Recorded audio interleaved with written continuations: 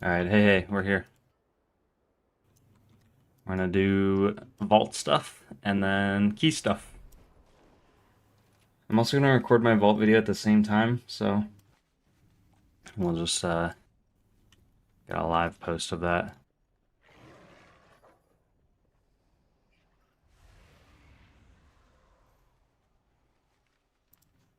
Alright, we're starting out with the Druid 2 to get... I think I might be in balance spec. No. Oh, I am in balance spec. What the heck? I was like, my UI looks a little bit different. I forgot I was playing balance on some lower keys. Just to get some crests and try out, because I usually play balance as an off spec. Alright, let's see here. We got a weapon. Don't need that. I already got one week one. Mythic chest piece. Already got that. So don't really need that. Oh, and a haste mastery chest piece. This but we already turned it into tier. Is this usable? No, because we have haste mastery shoulders that are not tier. So I feel like this isn't that beneficial. So we just take the bonus roll and we just use that. Yeah, we'll take bonus roll. Oh, but it is it's not a myth chest piece, so I mean that is worth noting. That way I don't get like a random piece of gear. That way it's something I actually need. Let me at least check what the shoulders turn into, just out of curiosity. Crit mastery, so they're more mastery heavy, so I feel like this is better. I change these into tier, and then I get rid of the massive amount of crit that I have on my chest piece for haste mastery instead. I think we're gonna try that. So I'm gonna turn these shoulders into tier. And then hopefully I don't ruin everything.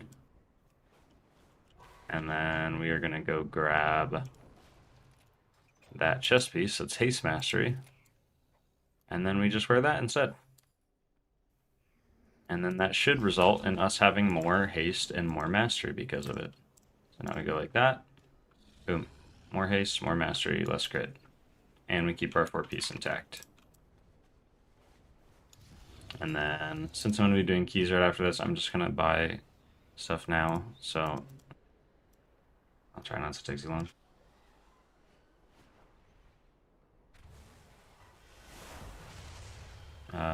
What is it? World? Yeah, it's this one.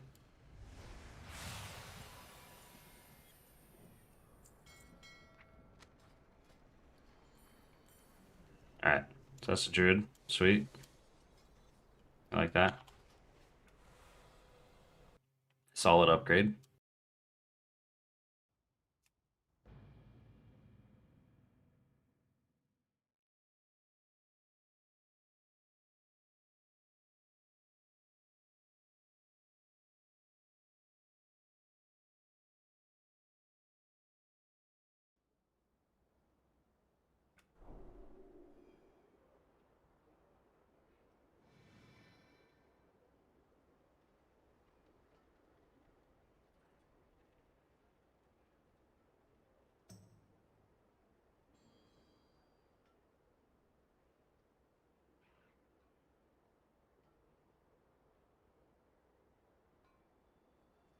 Alright, now on Priest.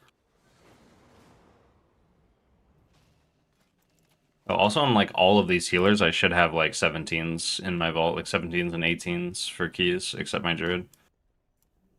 Alright, the Priest. Should have 3 mythic options on my Priest. I did a lot of keys on my Priest. Alright, we got Myth Track wrists that I don't like. I don't know what they turn into if they're tier, but they do have sockets, so that's cool. We get a haste verse string, which I think I'm already running this, so it would just be a myth version of it, so cool. Very little stat gain for, I mean, I guess it's just because it's not upgraded yet and stuff, but... And then we have an offhand, which I don't have a weapon yet, but I do have a crafted weapon, so I don't think this is worth taking. Bonus roll, honestly, is not a bad idea, because I still have, like, trinkets and a weapon that I want to replace. But, because this is a Mythic Plus item, and it's hard to come by, and I would like to use it, I believe I want to use this. The only other thing I can think of that I would want to replace it with is the ring from Nexus Point is also crit haste, I believe. So then I could have 2 crit haste rings instead of a haste verse and a haste crit ring. So I think that's the only tricky part, is I don't know if I really like, if this is considered my best ring. I think it's fine. And I think for the highest keys it is. I think you want to sacrifice some amount of crit for verse. But I don't think I'm going to be doing like, you know, world first 21s and 20s on my priest. I'm doing like 17s right now on my priest that I'm pretty comfortable in. So I feel like I could definitely go for crit haste instead. So I think with that, it's really tempting. Let me see what the bracers turn into if we turn them into tier. I don't think they turn into anything good, otherwise I would have changed these. But just in case. And then if the bracers don't turn into something I don't like, or if they turn into something I don't like, then I'm just going to take the bonus roll. Yeah, so crit mastery, we don't want that. So we're just going to take the bonus roll, and then that just gives us the ability to fish for something else, because I'm not 100% sure I want this ring like permanently, so.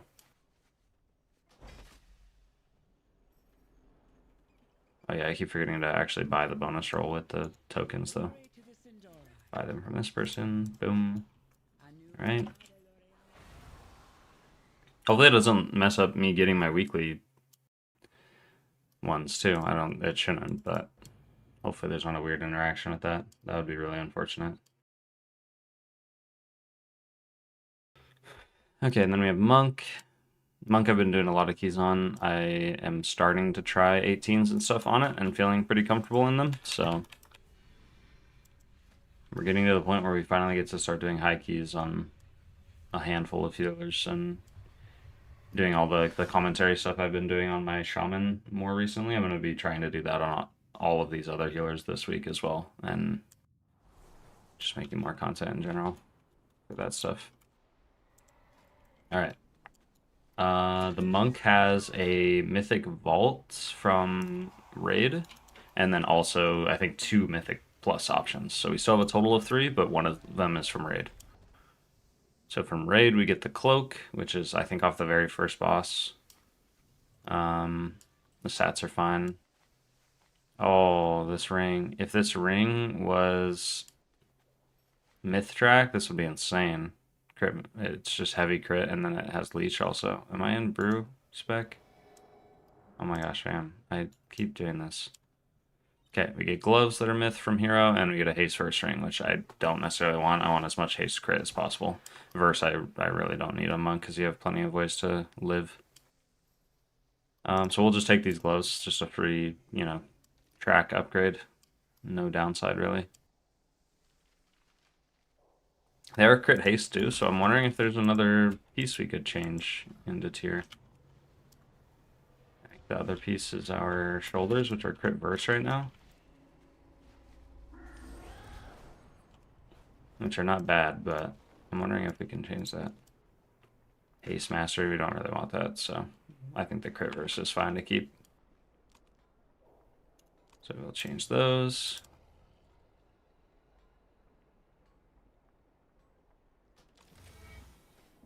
And then we get myth track upgrade. Wait, oh, I changed my hero gloves into, oh my gosh, are you serious? Okay, that's okay. I have a million of these charges. That was a little silly. Alright, that's the monk. And then I need to buy my bonus rolls, but I can do that when I'm like going to do keys. Hopefully I won't forget. And then lastly we have the shaman.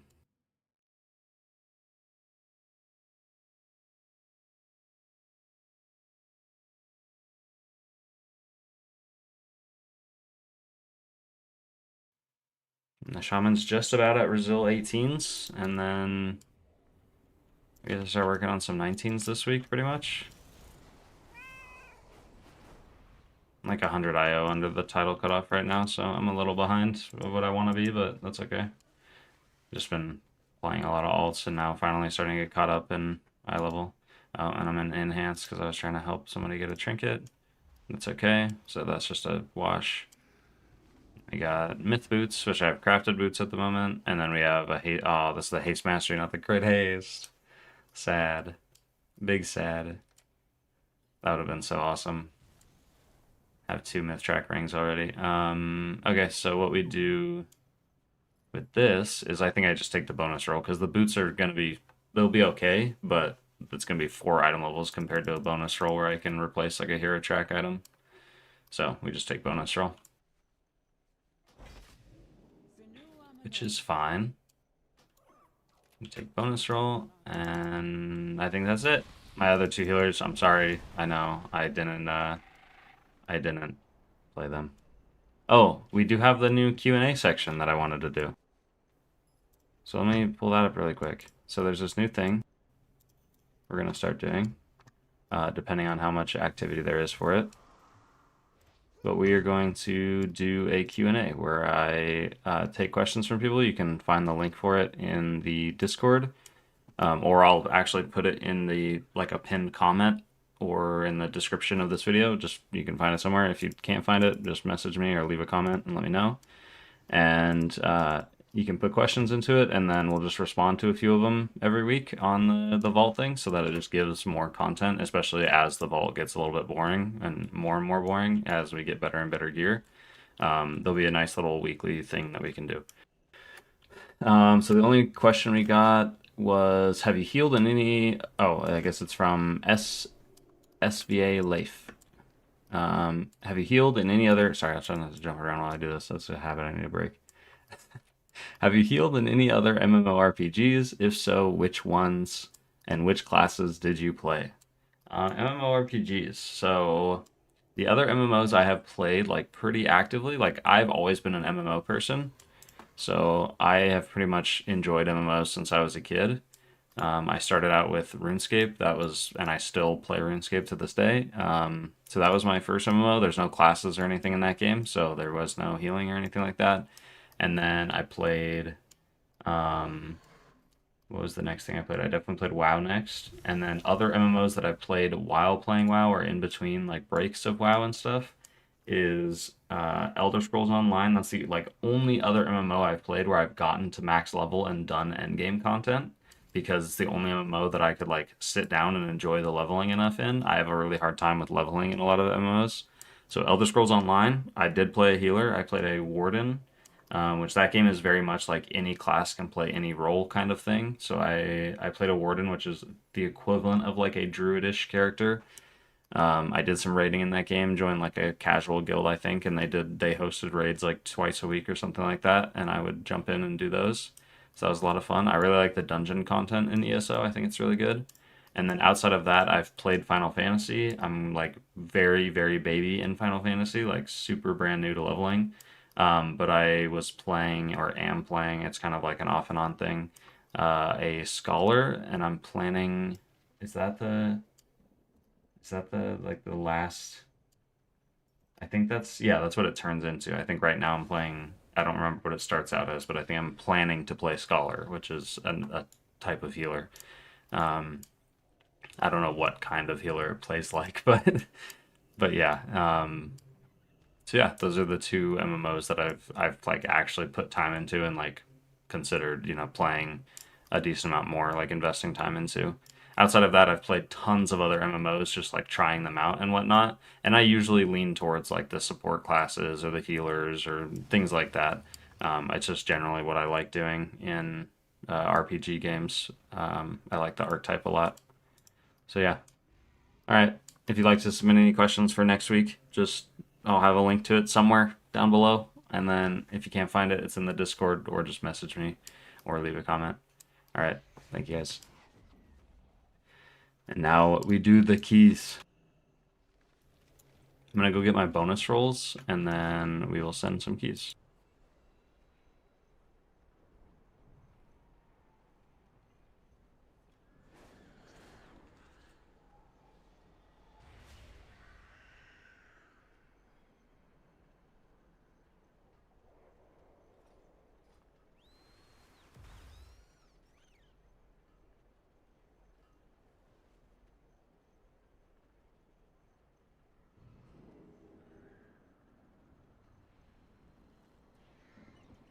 at least just start posting this vault video. And then what's the weekly quest for the spark?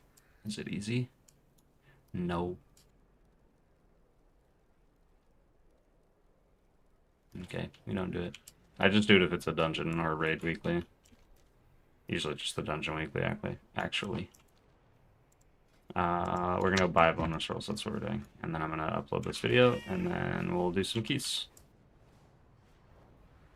What 18 did I get out of my vault, actually? Yeah, Sky Reach, I already have that one done, and that's not a super easy one to do with people. It's not that difficult, but it's fairly pug friendly. I think it's mostly just the last boss is really, really rough.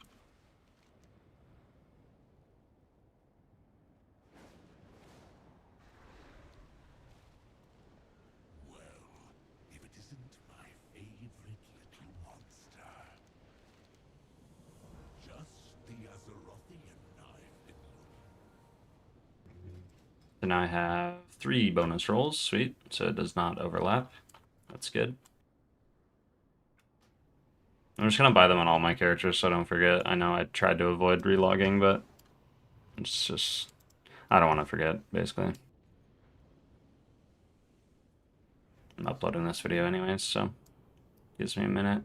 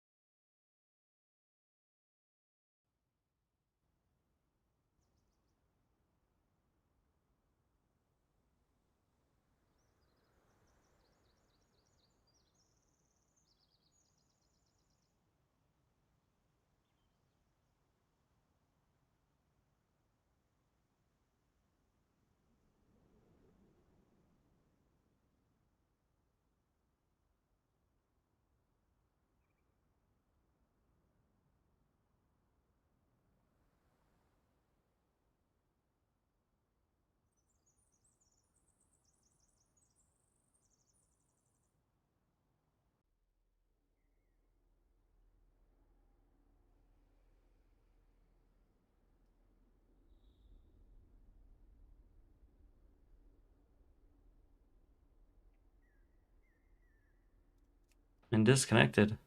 Don't do that. I love your healing out loud guides and play along. Thanks. I'm glad they're helpful. I really like making those, so that's like I feel like the primary content that I make in my channel and everything. I'm gonna, is the reconnect gonna work? Okay, there it goes. Maybe.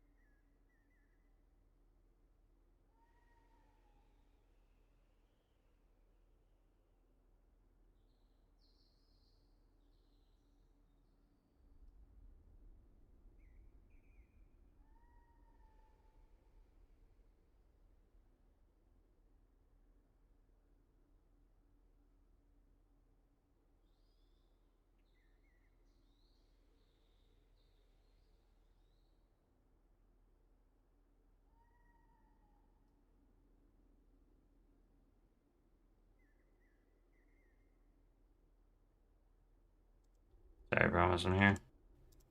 Let me try to relaunch.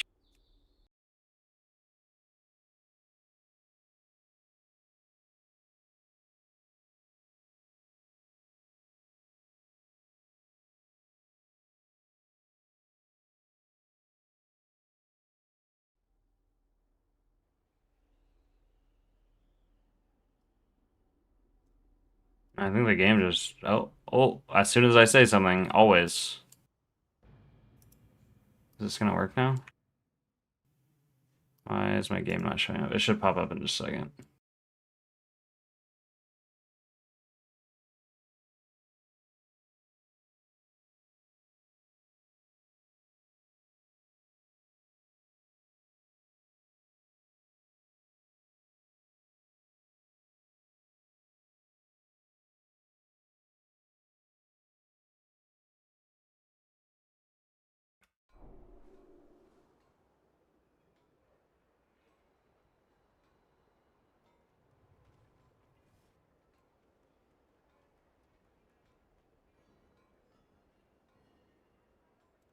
Is it working now? Okay, we're good. We're good. We're good.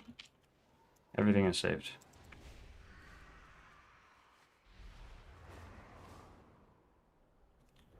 Go get bonus rolls. Probably start the day on my Shaman, maybe? I'm thinking. I don't have to. I'm also down to play my alts, because I do want to push high on my alts, so maybe that's like a good way to warm up, is just play my alts and do some... aim for like some 17s-ish. I think that's pretty much where I'm wanting to be at right now.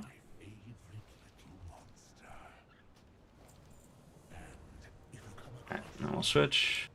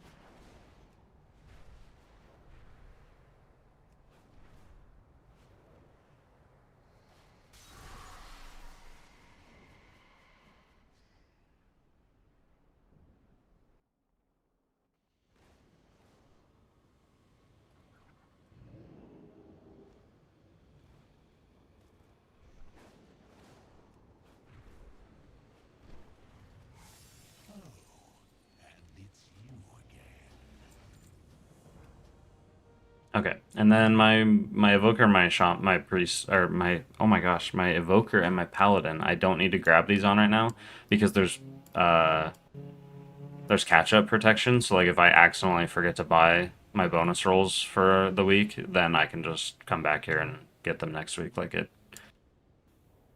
keeps a total of what you can have. So it is okay to miss them.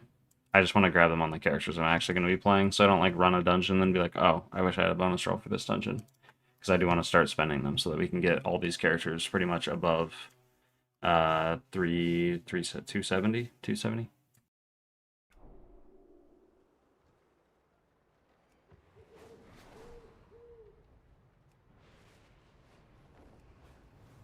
Okay, and my Druid is the last one, and then we'll start running some keys.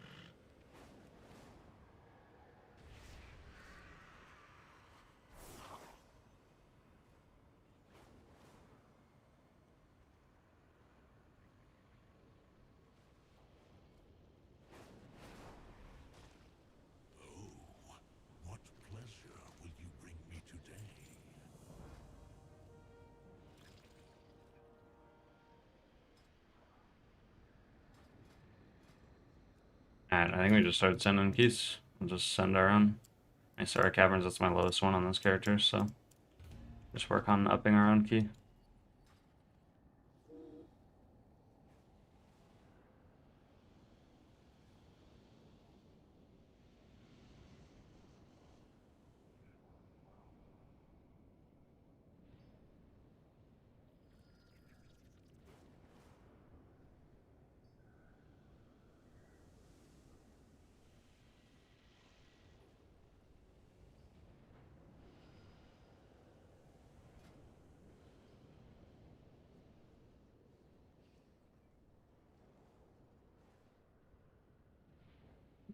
first. Andy, unfortunately, you were not first.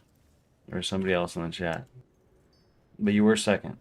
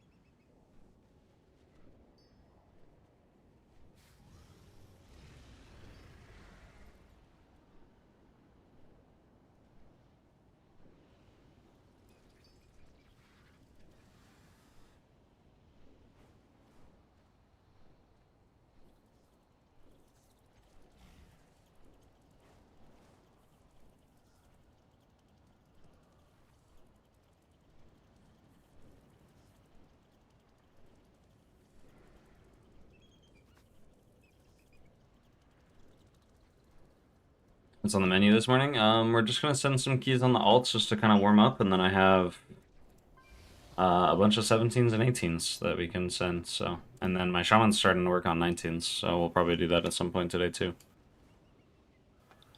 I want to start catching up my alts IOs with my main, so I'd like to start sending 17s ish on these characters: my druid, my priest, and my monk. The overarching goal, though, I think, is to try to hit like 280 eye level on most of these characters this week with bonus rolls and stuff, depending on what we can grab.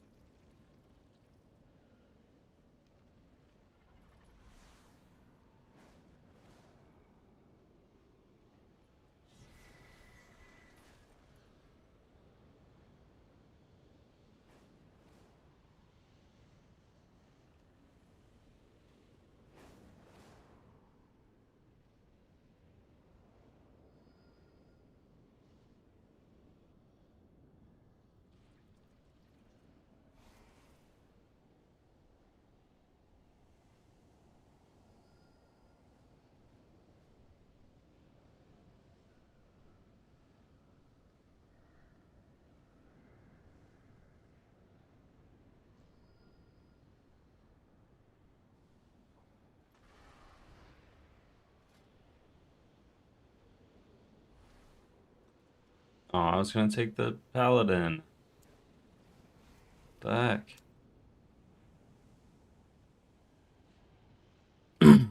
Vaults were lame for my 4 characters this morning. 3 out of 4 just got extra bonus rolls. I mean, at least the bonus rolls are pretty good. Like it's not bad to take bonus rolls. That's another myth item that it's essentially like less random than a vault item, so it's a little more targeted at least.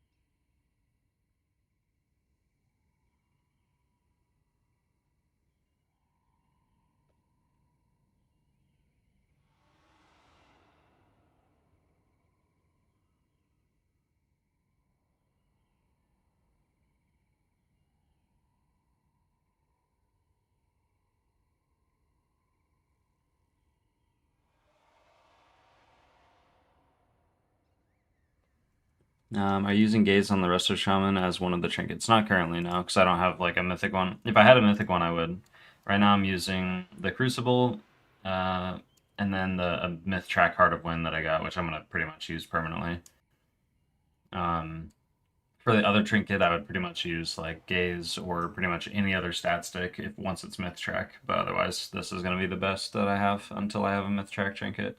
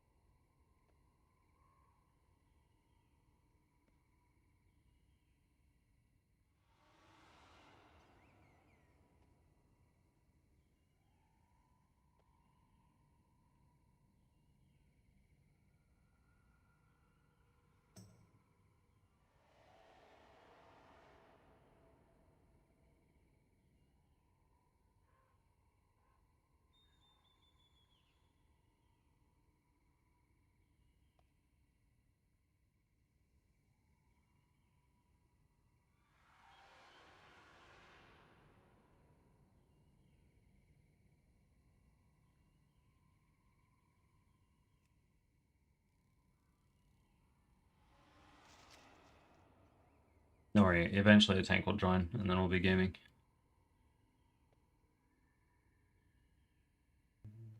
I'm actually kind of surprised it's hard to find one this early. Usually, right after reset, there's plenty of people jumping in.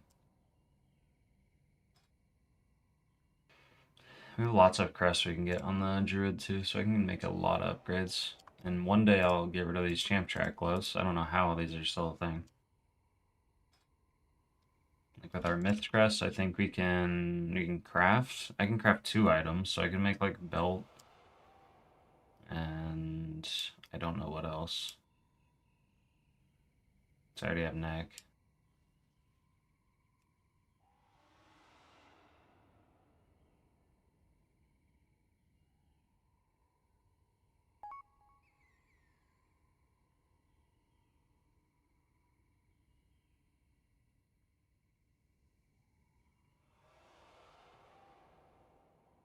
Okay, now we just get a less DPS and then we're good to go.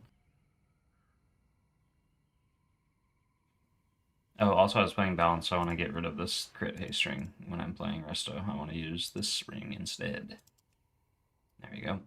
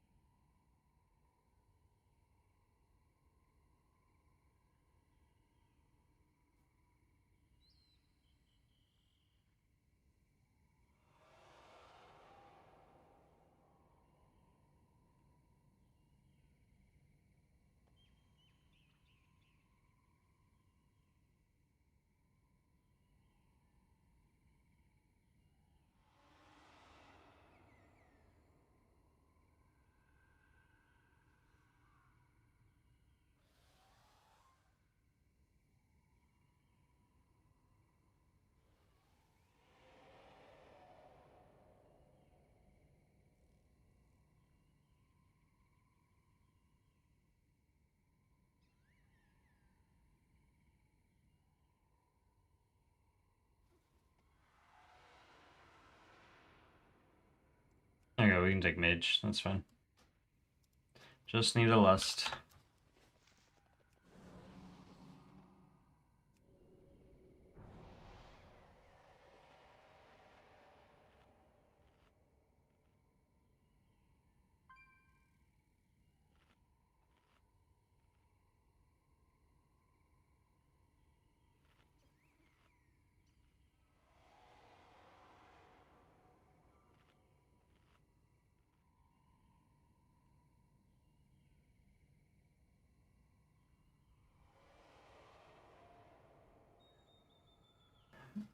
And I think we're gonna just keep doing the caster build. I am gonna change and not use fluid form though. We're not gonna do like the full caster DPS stuff.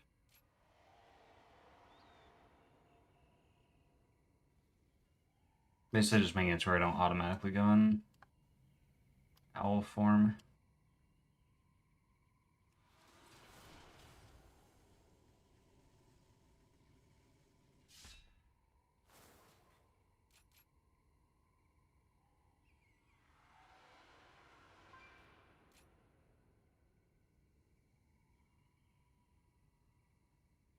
Yeah, this is like a higher damage build. It's like a caster focus thing that people are doing now. And then I think for the traditional wild stalker build I do now, I am going to switch back over to doing cat weaving stuff. What's the idea and change of healing style that this would do? So basically what it does is you do huge bursts of damage through this talent right here called the Elder Druid. It basically just makes you have kind of like a Heart of the Wild button where like every minute you get like a 15-second window of doing increased damage, and then your damage heals people, so just in that window. So you essentially just do it on big packs, and then you can just spam Starfire over and over and over again and do a bunch of damage, and then it also keeps people alive. So it's like, yeah, you just do a ton of damage pretty much is what it results in.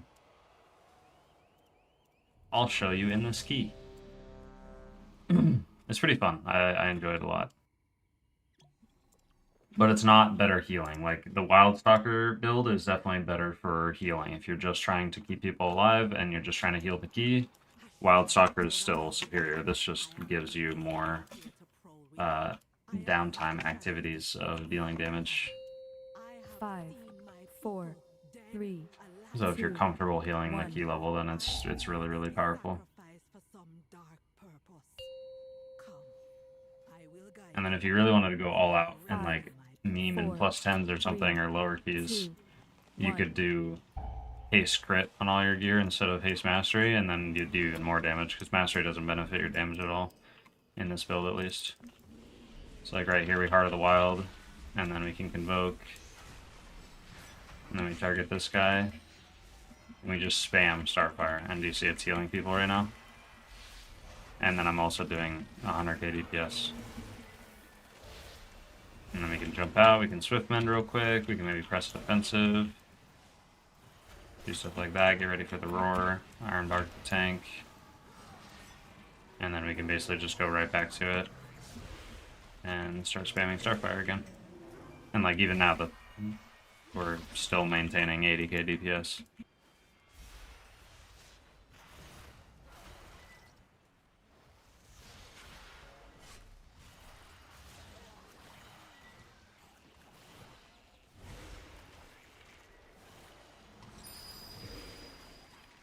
What activates Heart of the Wild? You have to be in your other form, so you just switch to Moonkin form and activate it. And then what activates this other talent is just you pressing Wrath or Starfire or Star Surge, just any damage ability every minute, and then it'll activate.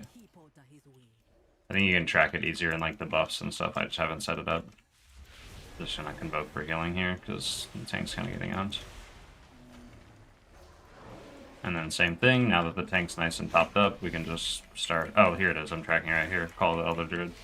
So yeah, it's just we press a damage button, and then it activates, and now for the next 15 seconds we do increased damage, and then every time I Starfire, you can see it just like insta-heals someone to full HP pretty much. And then now it's gone, so now it won't heal anymore, so now I have to watch people's HP.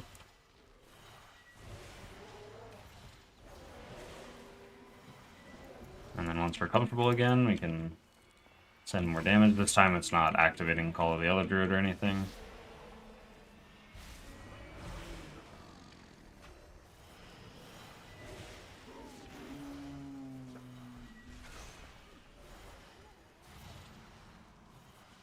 And you can see the debuff up here. This is the timer on like how long until I can activate Call of the Elder Druid again. So on this next pull I'll be able to.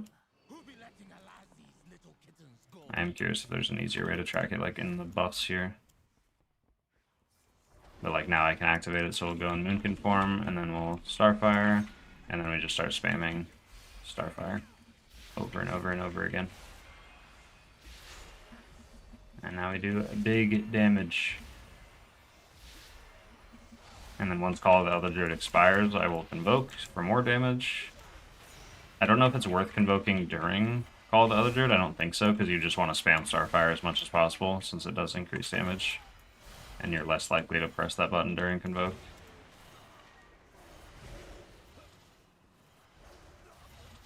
And then when we don't have Call of the Elder Druid available, we can just sit here in human form and still cast spells and do like a decent amount of damage.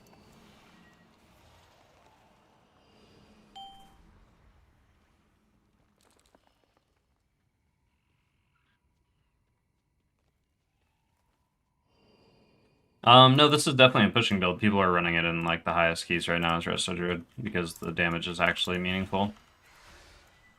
But it's definitely a comfort thing. Like this is the thing where it's like the build is really popular for all the like high-end players, but I don't think it's actually worth using for like players who are, you know, like just on the cusp of title, or even just like players say like pushing 15s or something right now. Like if that's the key level you're pushing, you can run the build, but you have to be really, really comfortable in order for like, because as soon as someone dies, it's still the same concept, where like as soon as somebody dies in your group, you've pretty much lost all the benefit of running this build, because someone died and now you lost that much damage.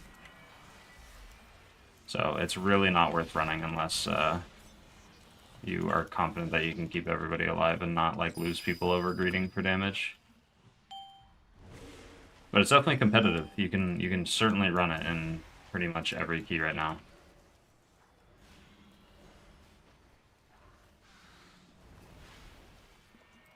I'll Heart of the Wild, we'll convoke, because I don't have Call of the Elder Druid yet.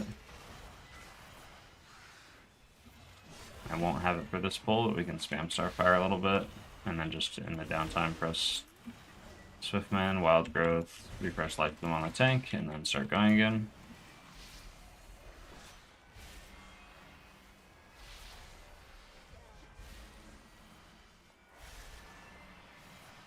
I think also it looks like it is doing healing even when it's not active. It's just probably does a lot less since I'm not doing as much damage. So yeah. Okay, the effect is increased by 4 times when... So my Starfire still heals people, even when it's not active. Okay, and then we're watching where the tank goes, because I don't know.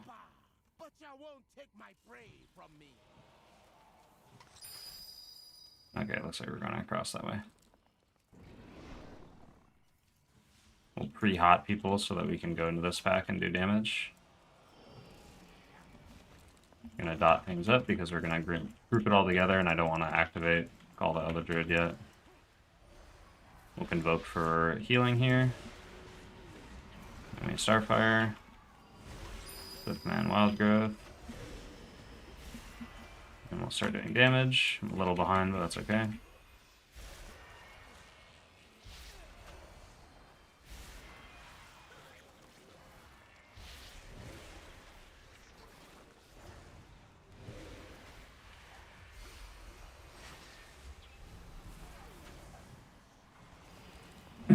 Good bubble there by the tank, otherwise he would have died.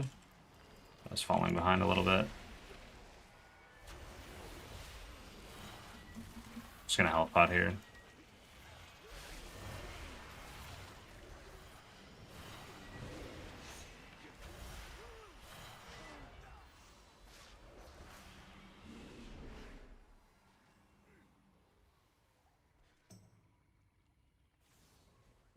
Is there an import for this build? Yes, if you remind me after this dungeon, I can get it for you.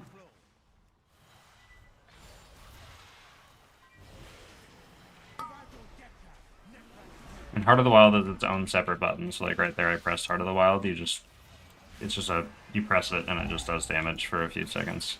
Call of the Elder Druid is literally just a passive, essentially, that activates when you press a damaging ability when it's available. I'm gonna trank here, just to catch back up a little bit. I'm not gonna get the full trank off, but that's okay. Oh my god. That's painful. Okay, we heal this guy. Should be good. Just swap Life Bloom onto them while they get healed up. Get out of the way of the bird. Now we go back to doing some damage. We're gonna get the infection again, so I'm just gonna start pre-hotting people.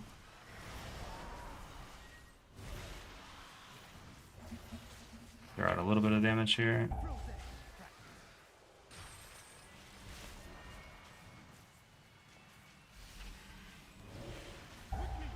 Life Bloom one of the DPS here, because the tank doesn't take that much damage, except when he gets speared by the boss. Yep, we have Life Bloom literally on the person getting hit, so that's good. Let me dispel him, he has to run to a trap. And you can call it out of Druid here, so we'll just do damage.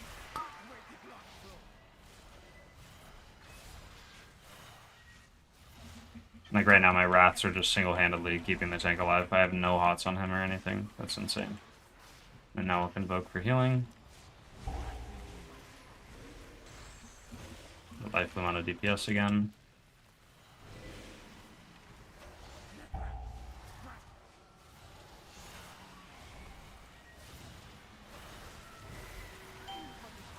On me? No. It's on the warrior. Dispel the warrior. And Heart of the Wild here.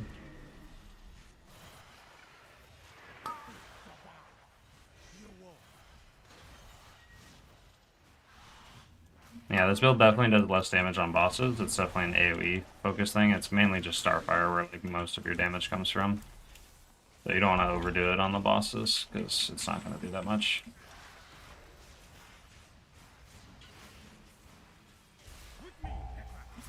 I mean, it's definitely not bad, though. I'm doing 30k on this boss.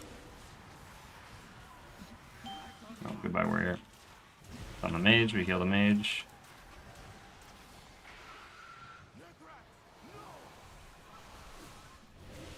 Cool.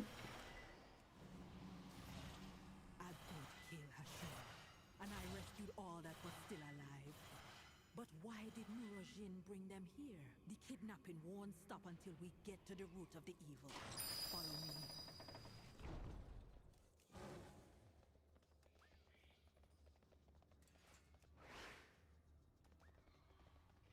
That not be natural, and the energy flowing into it. This is hex magic, using the souls of the dead in powerful magic spells. I hope this is not why they brought my king here. Call the other druid here. I'm gonna convoke while I run, so I can get in a better spot.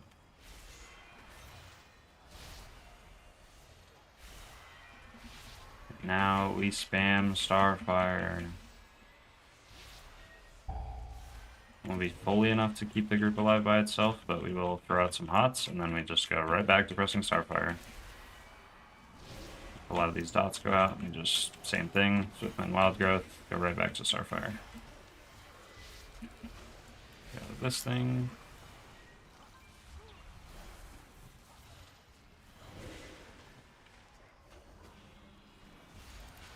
Heart of the Wild here.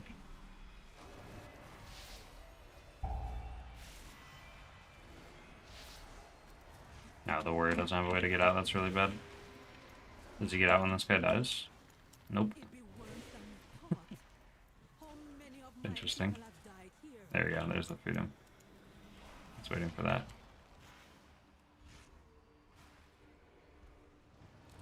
And then the other thing that I am like thinking of people asking a lot of is why you don't just sit in balance form, because you do more damage in your owl form, but then you have to shapeshift back and forth. So it's like, if you want to maximize damage, yes, jump into balance form. It's like 5%, or I think it's 6% extra damage when you're sitting in this. But then you have the downside of like, which it's not bad, I just have my healing buttons keybound to the same thing, so like I can just jump out and press Wild Growth without any disturbance. So if you're running Master Shapeshifter, it's definitely, again, if you're trying to maximize damage, then it's great.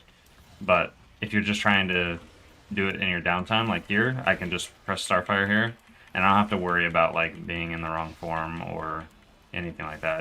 It's not a big deal though, but Just something to know. It's like you don't have to be in owl form in order for your DPS spells to be as effective. They still do a lot of damage. Especially if you take this talent right here, like Kara's Inspiration. When you're in no form, you deal 4% increased magic damage. So, and then owl form is 10% increased damage. So it's still better, but it makes you not have to jump into it. I usually just jump into it for Convoke, because then it prioritizes using like Full Moon and damage spells.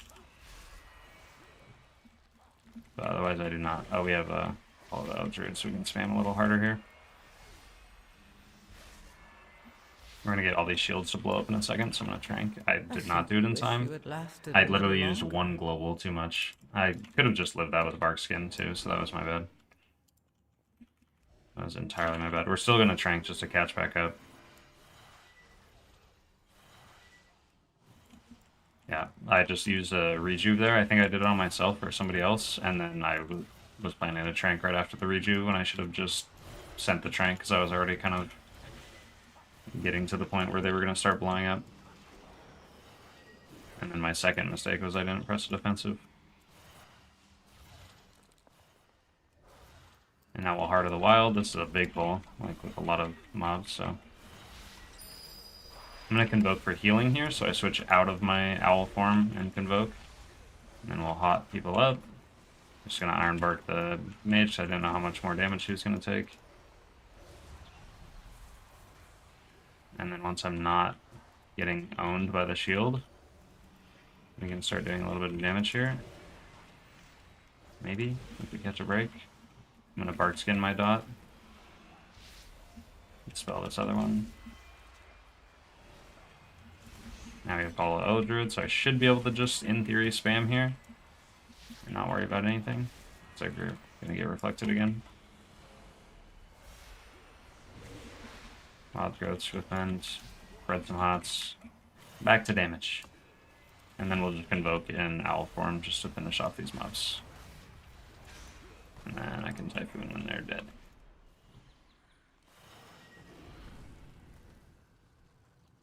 How trustworthy is the healing from Elder Druid? It's really good because it'll focus one person, but it heals an additional target every time. So it won't heal the entire group all at once if everyone's taking damage. That's the main thing. And then here, these are going to blow up, so we want to make sure that there's lots of hots in the group. So I'm putting Rejuves out. Wild Growth. Throw some Regrowths. Here we go, so we're pressing a defensive, we're Wild Growthing. Activate Call of the Elder Druid, and now I can go and start spamming. So that was a much more consistent way. It's like deal with the shields first, and then I can worry about doing damage again. We will Convoke here at the end of it. I should have just kept spamming Starfire until it expired, and then did my Convoke like last time. We'll just save Heart of the Wild here for the next pack.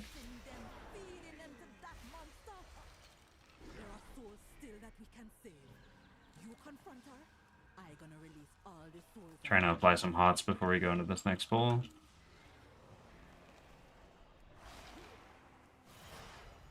And then now we will Heart of the Wild.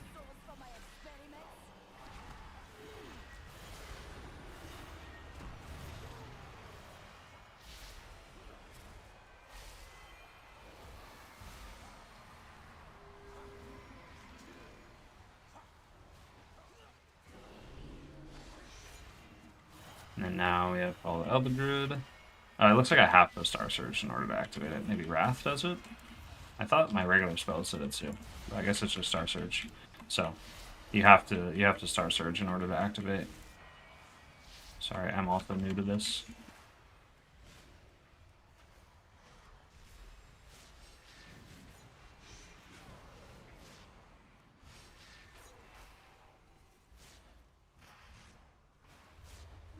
Does it work like a Renewing Mist or something? Yeah, basically we'll heal whoever's lowest HP, or it'll try to prioritize them, and then once they're full HP, it'll go to somebody else the next time you cast it.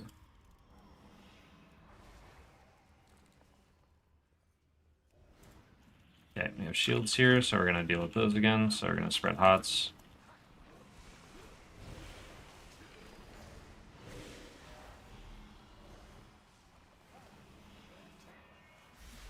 And then they're starting to die, so I'm gonna bark skin, iron bark somebody else. Regrowth as they start dying, and then now we should be good to start spamming. I can even call the Elder Druid right now. Starfire, Starfire, Starfire.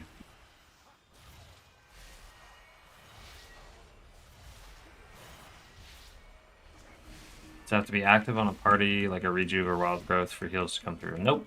You don't have to have anything on the players in order for it to heal them. It'll just heal anyone in your party. And again, it doesn't have to, you don't have to heal through Call of the Elder Druid. Like, even just my Wraths, if I have nothing on the entire group, my Wraths and Starfires will just heal people.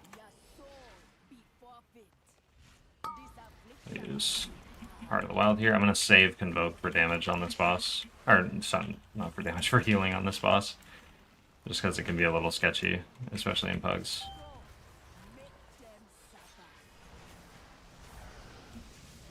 Now we'll start applying HOTS as these spawn.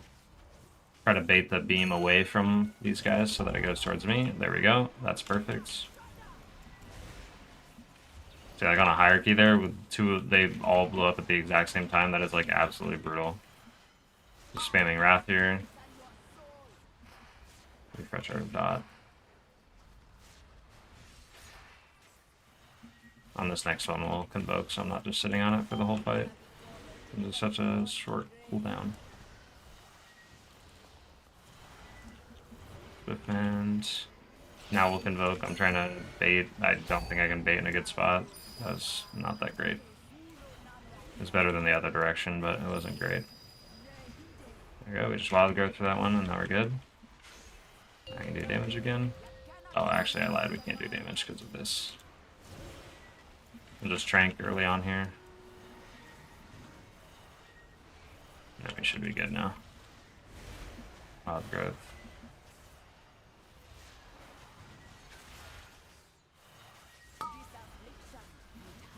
Use Call of the Elder Druid here again. There we go. And now when I Wrath, you'll start seeing people's health bars go up. Again, it's definitely not as much as using Starfire, but it is a thing. Invoke for healing here.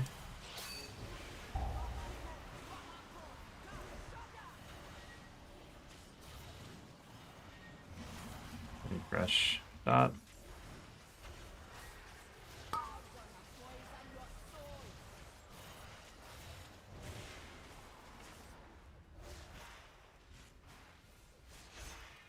Just use Heart of the Wild here, and then I'm gonna definitely want to top everybody up here. So we're gonna get the Phantoms one more time, and we are gonna have to deal with them. Gonna try to bait this way over here. Nope. Should have bark skinned earlier. That's okay.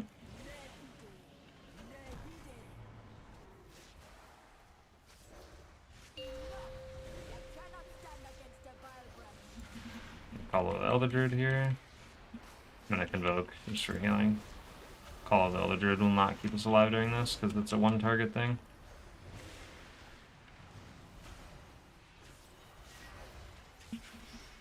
There we go. We almost did enough damage for this to be a 2 chest, but not quite.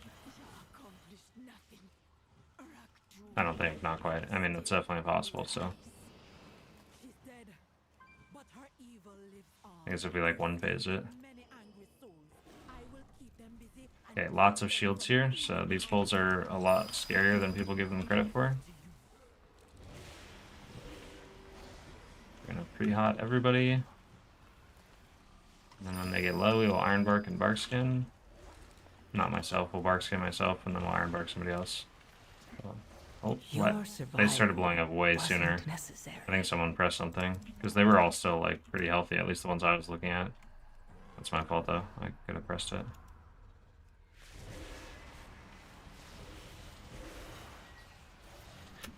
Unlucky.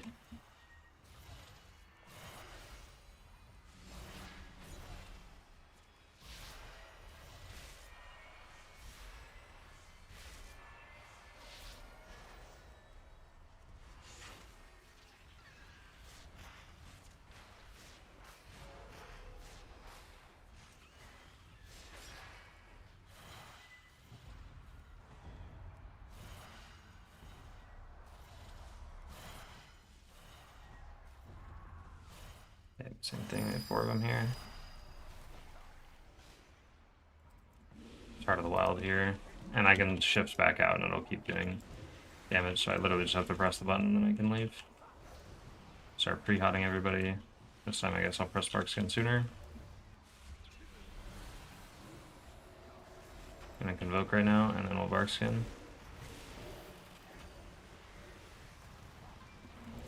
There we go, we did it. Follow the Elder Druid for the rest of this pull if I start search.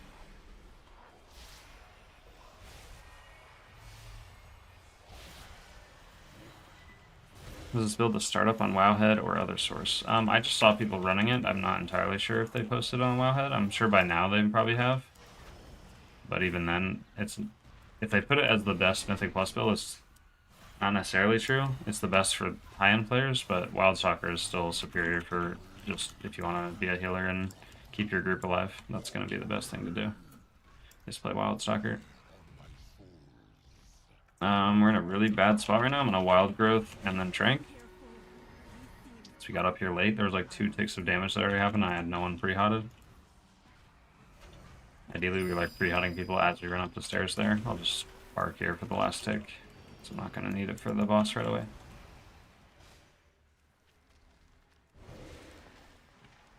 Yeah, pre-hot, and then we'll be able to call the Elder Druid right at the beginning.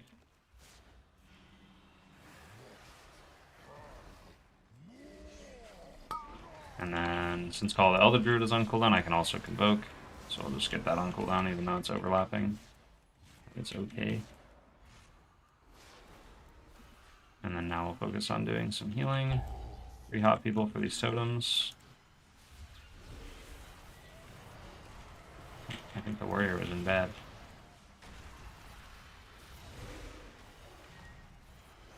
Okay, Ironbark, one of the people with the totem debuffs. And on this, I need to be in the habit of not wild growthing the boss, because that's something I do.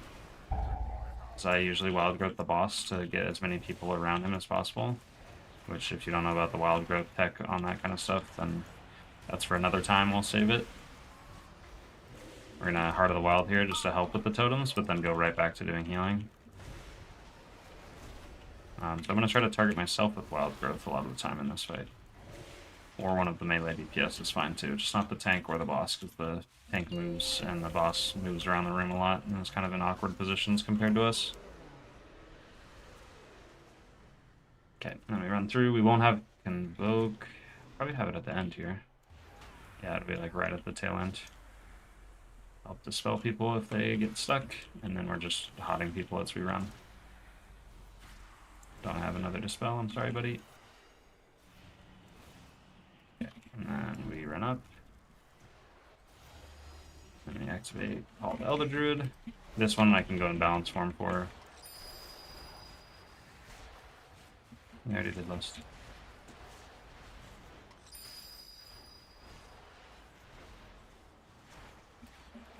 I'm just gonna down.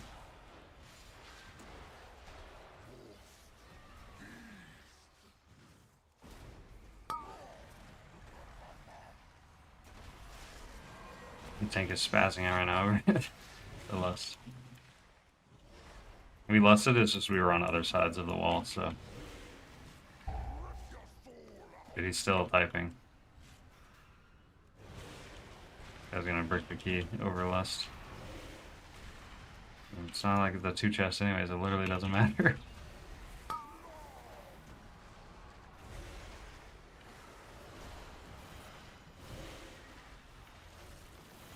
Just Ironbark in the tank in case he tries to do anything silly.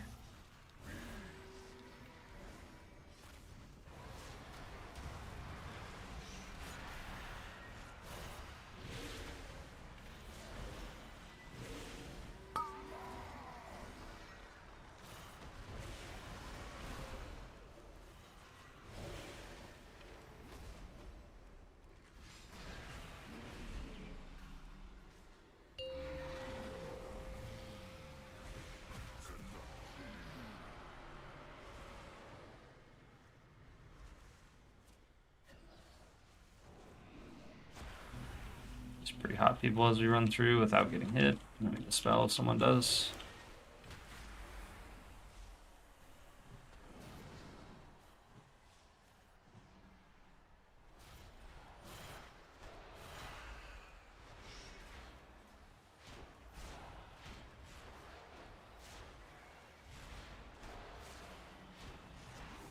And we did it, and I don't need a bonus loot. With the creature dead and the vile branch gone, we with the bark all be sleeping a little safer. For now. We will always be looking over our shoulders at the vile branch. Come back with me. The chief And we have a 16 Nexus point.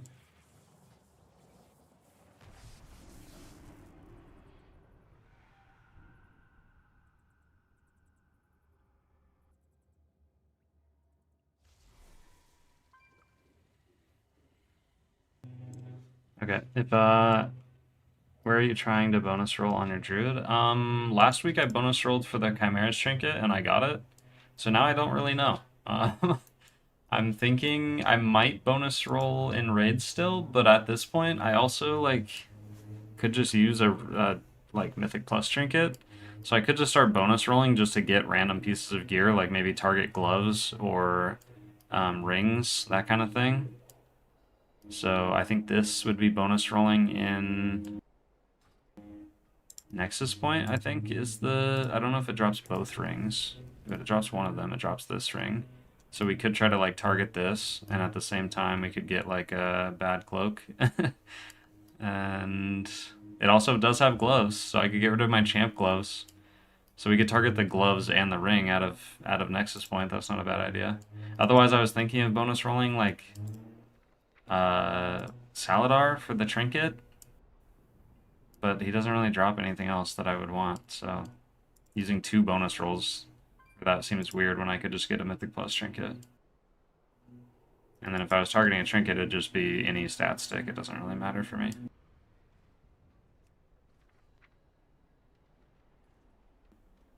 Okay, this trinket's from this dungeon here, which has a lot of loot. Also has hands.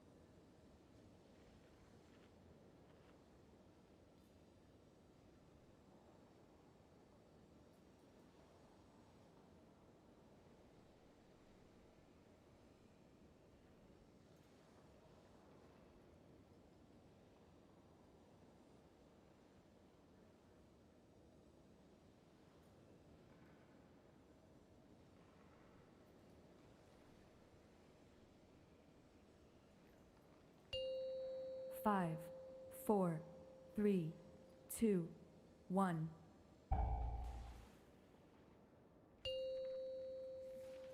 Here we go. 5, 4, 3, 2, 1. Lathraxian, give up this foolishness. So we will bonus roll this dungeon, I believe. All of Silvermoon in danger. This isn't worth the risk.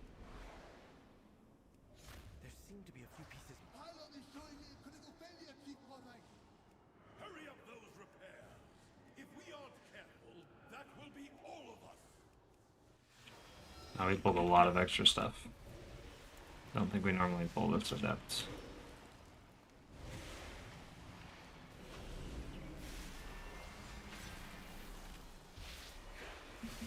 It's okay, because we do big dam. Oh, we didn't pull those here, so never mind, this is normal.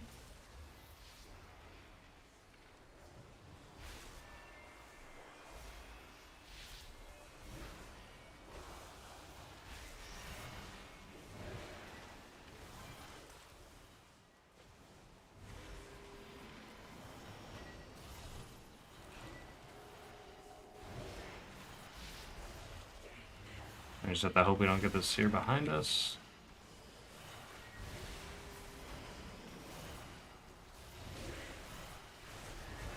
I just convoke for healing here to be safe. Help kill the battery.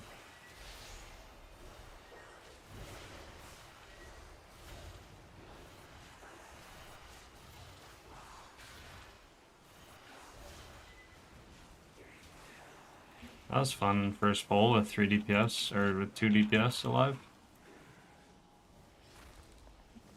Rebuff.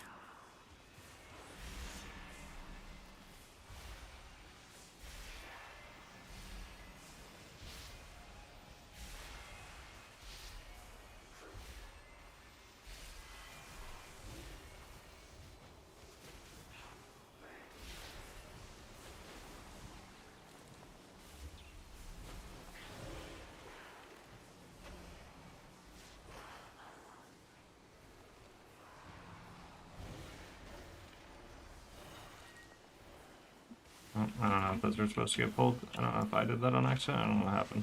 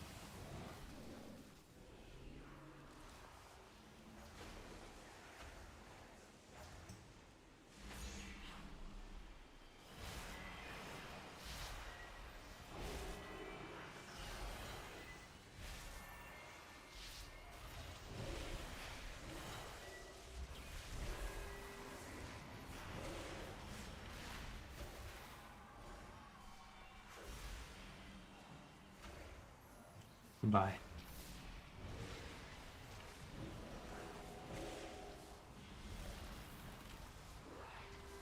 I'm gonna shrink that.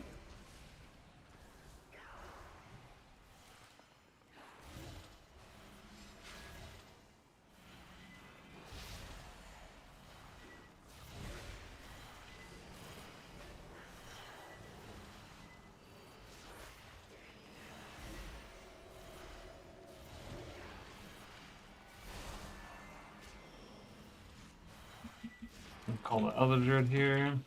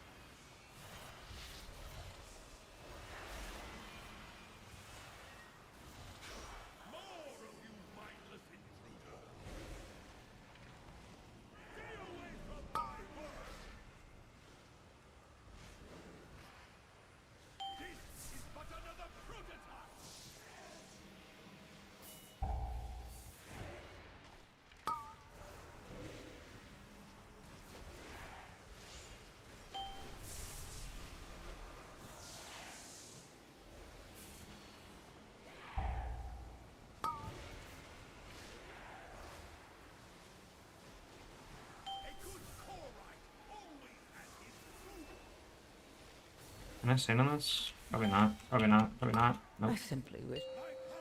I should have just got rid of the one line. That was kind of stupid. And we don't have a BRS, so I just threw the key really bad. I don't even know why I tried that. I thought it'd be fine with bark skin. Did I only ironbark myself? Did I not bark skin? I thought I... Oh.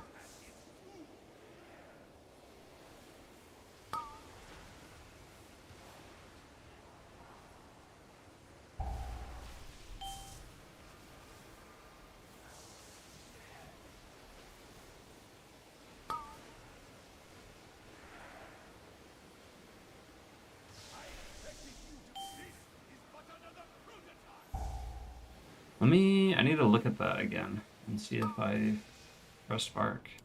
That was really odd. Just run that one back. That was just me being stupid.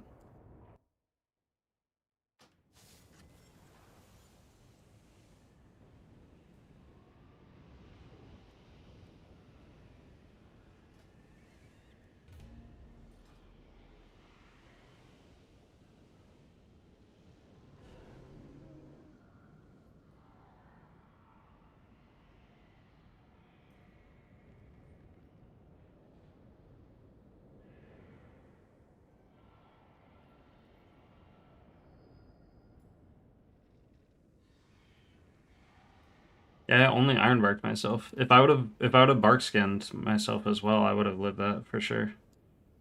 Because I almost got out, I just died by like a tick of damage. Like if I could have survived one more tick, then I would have been fine. That's what I mean by that.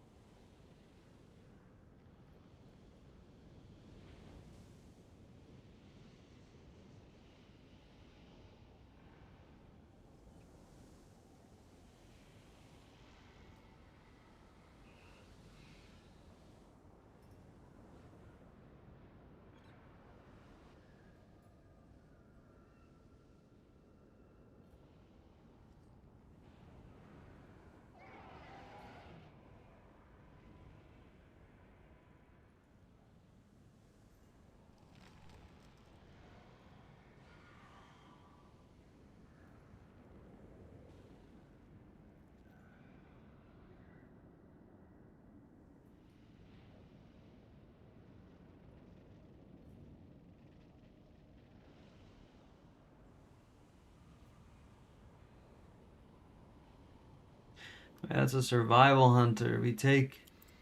We love survival.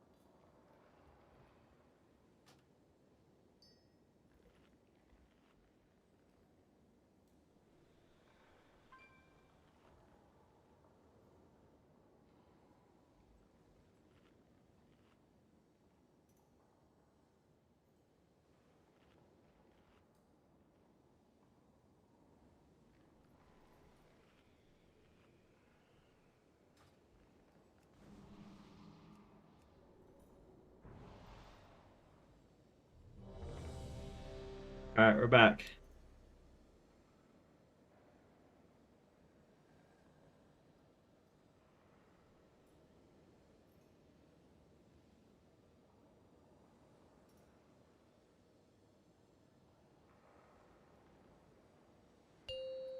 Five, 4, 3, 2, 1.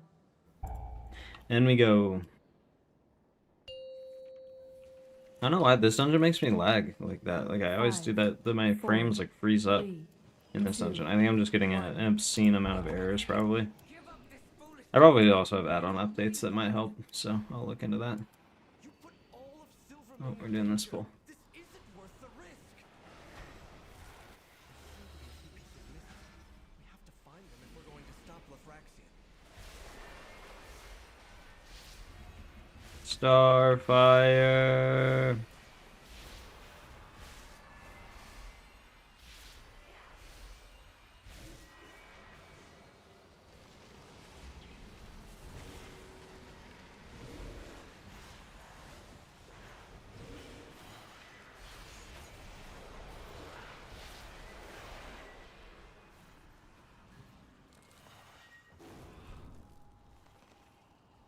I don't have that many add-on updates actually. Hurry up those repairs. If we aren't careful, that will be all of us.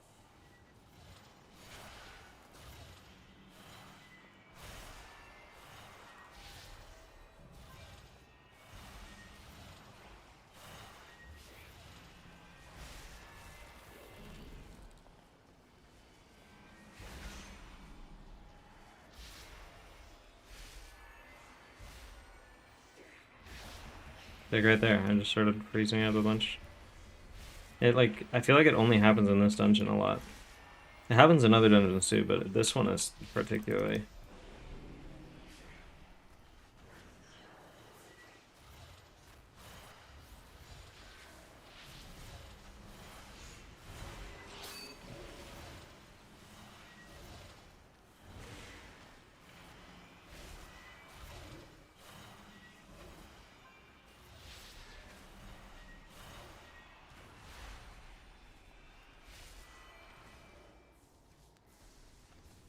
And shrank because the seer got pulled and I was not expecting that. I guess I should have expected it by then, because we were standing there for a long time.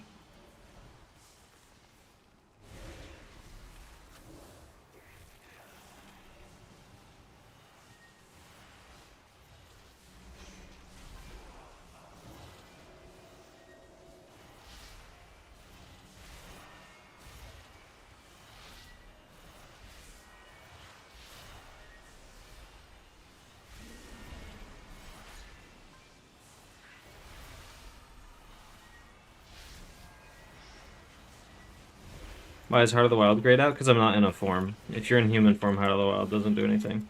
You have to be in some kind of shapeshifted form. You have to be in bear, cat, or owl.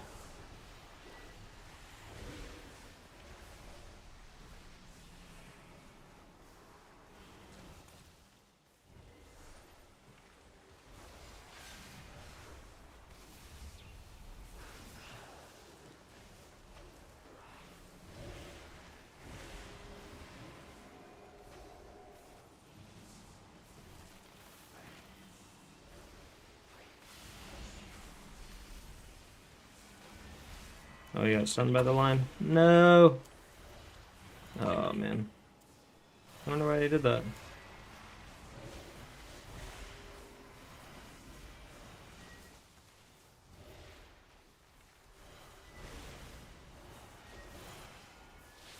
Maybe he was running out of buttons to press, but I feel like he had still plenty of stuff to press. Kill this seer, please.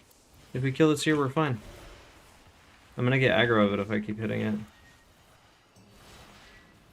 Yeah. That's not good. Just Shadow Meld. You gotta finish it off, though. If I can just kill it, it's so low. Oh, there's that lag again. I swear it's this dungeon. I promise. We did it. The recovery.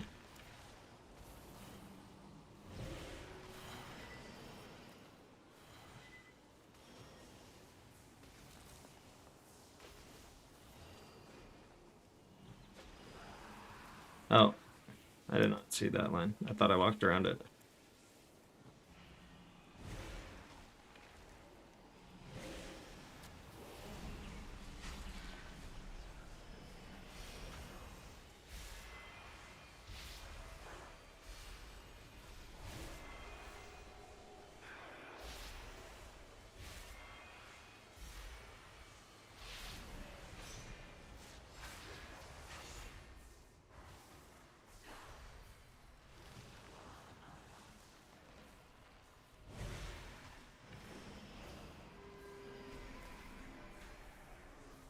Is that lag again?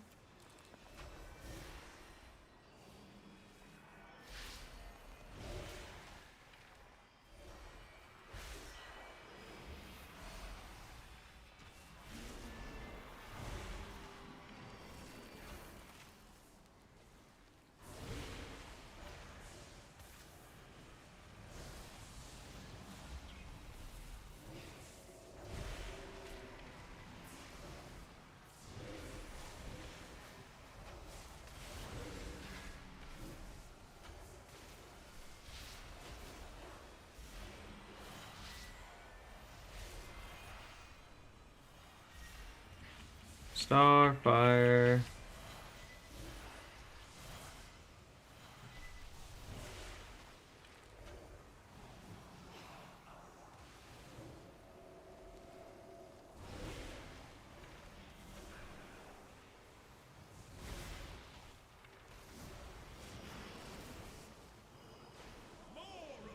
Maybe I just need to update my graphics driver. I think there was an update like the other day that I haven't done yet.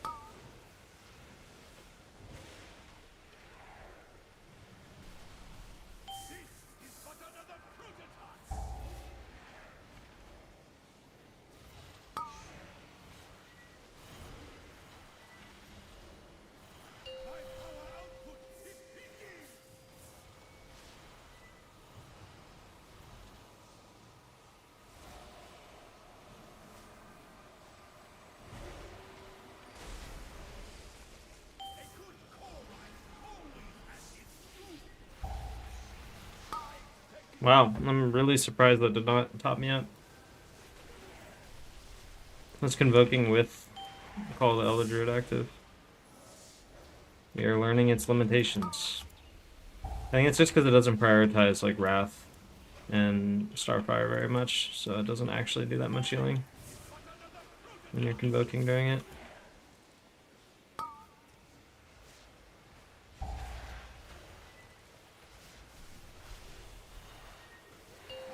I don't know if I'm gonna be able to top off this hunter in time. Okay.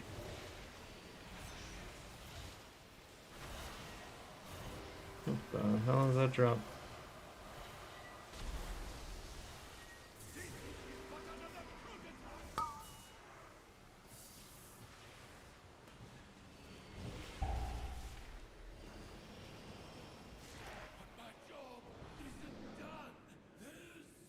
Don't forget to send the conduits.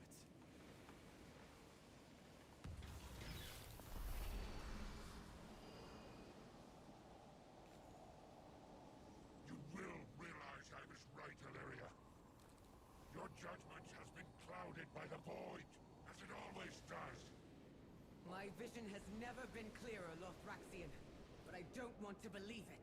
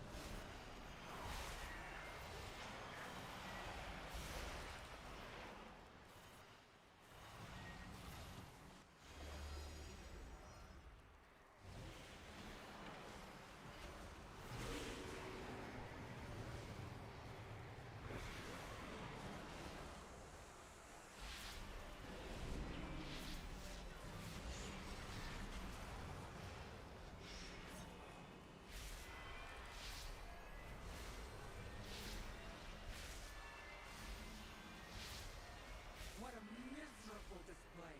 You have all failed in your purpose!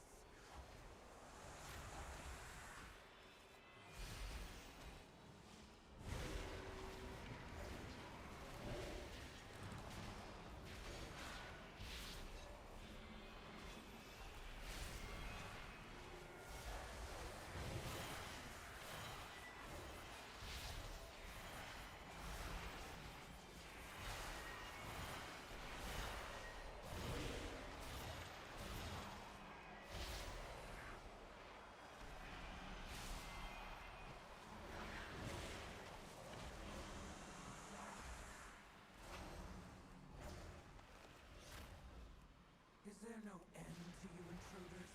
Do us all a favor and die, before I have to kill you myself!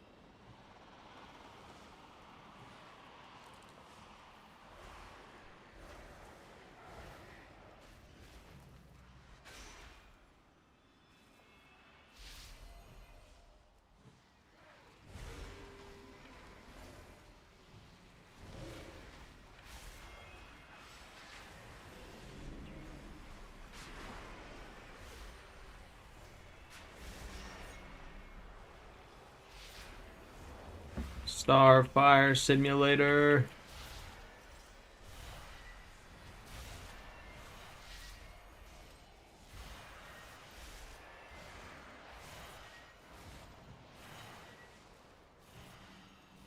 Minions, do not disappoint me again.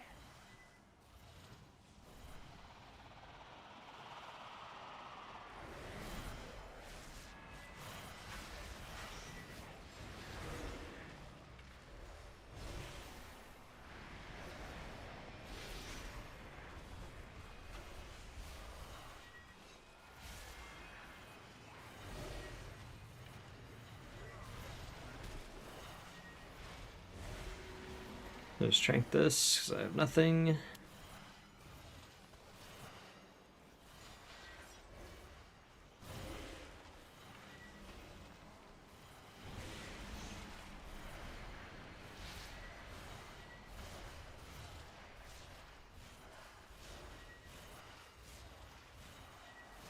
do everything myself.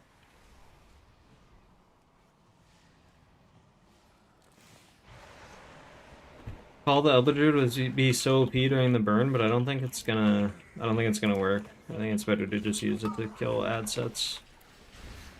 So I think we're gonna have to actually heal during the burn. There will be no end to your suffering. Eliminate these intruders or be devoured.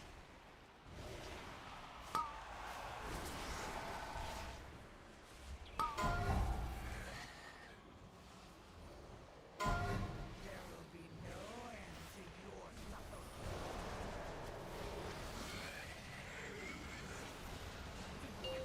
Still burns. That damn Necrosine. Why are we dying?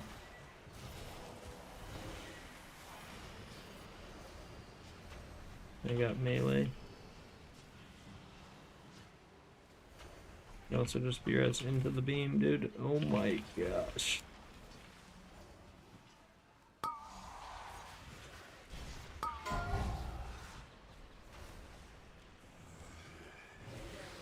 No end to your suffering.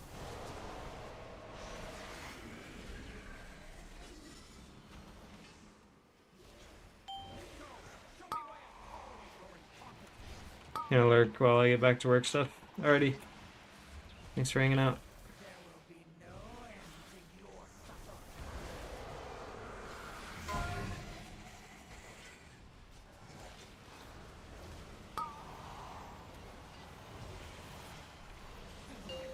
Still burns.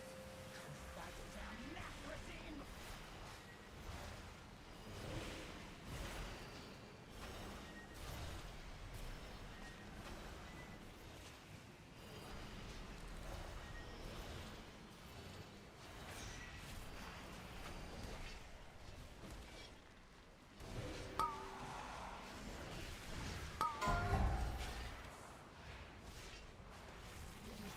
There will be no end to your suffering. Prove your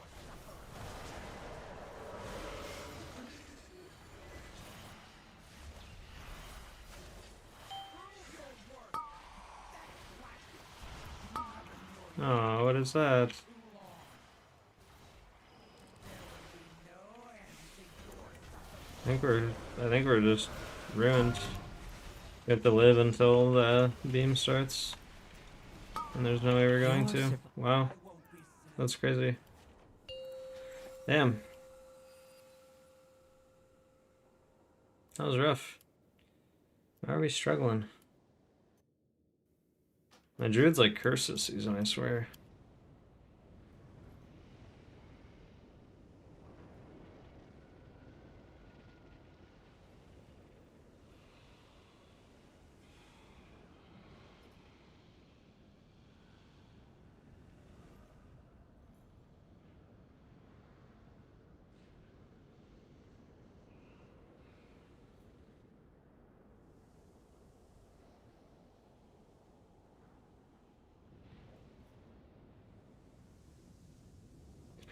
Let's see.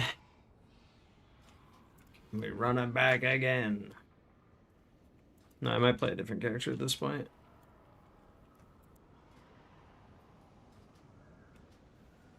Let's see what else we got. What other keys do we have? We have 17s. 17 Skyreach on the priest.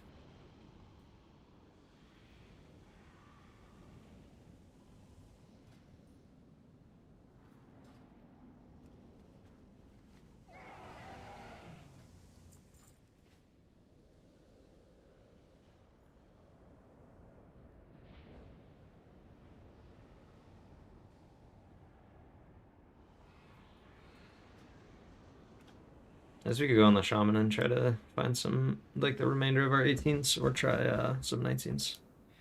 I'll look at Q for a second while I'm doing this other thing.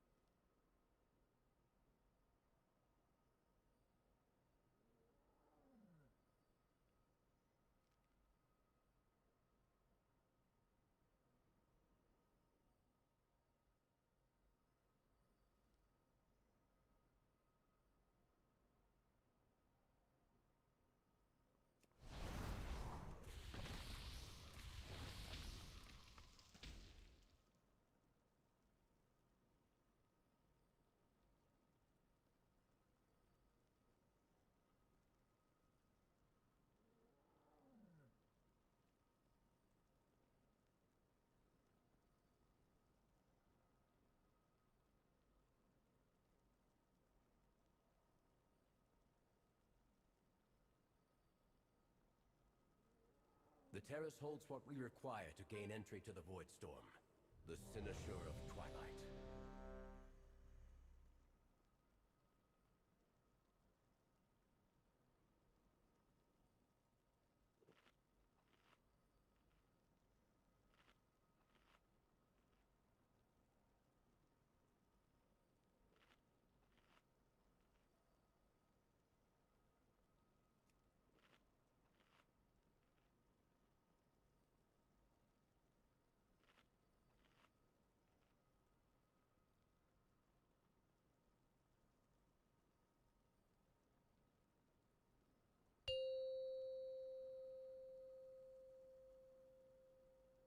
Five, four, three, two, one.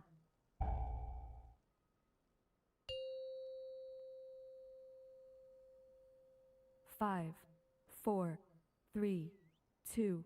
The terrace holds Yes, T Wings, thanks for the sub, the prime sub. Sorry, I was like half AFK while I was getting ready for this dungeon. Popped in to thank you for your YouTube guides. Yeah, of course. Thank you for stopping in and saying something.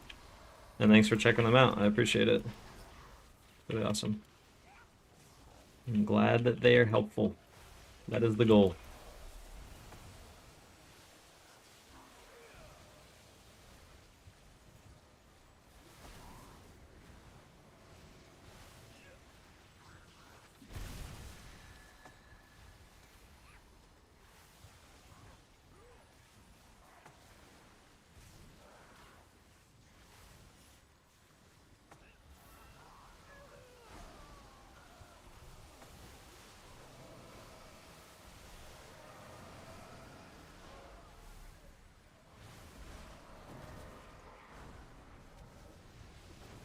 Been trying some new healers. What healers have you been mostly playing? Or do you have any that you're like leaning towards or anything like that?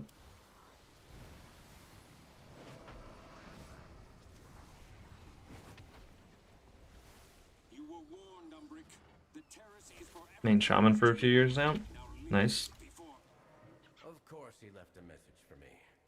I'm afraid you'll have to incapacitate the guards.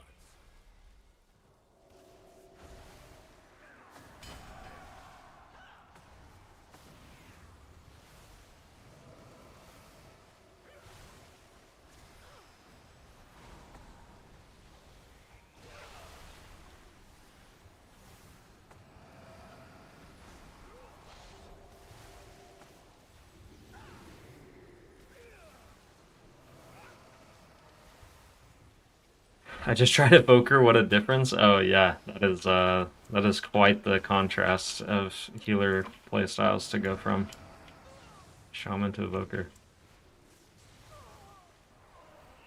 That's fun though. Trying new stuff it gives you a lot more perspective. That's like always beneficial.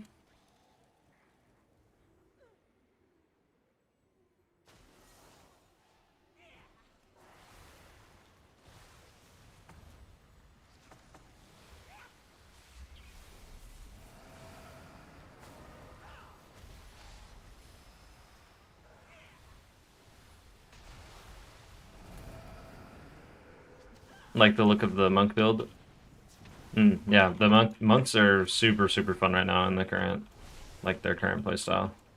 I'm having a lot of fun in raid and M+ with them.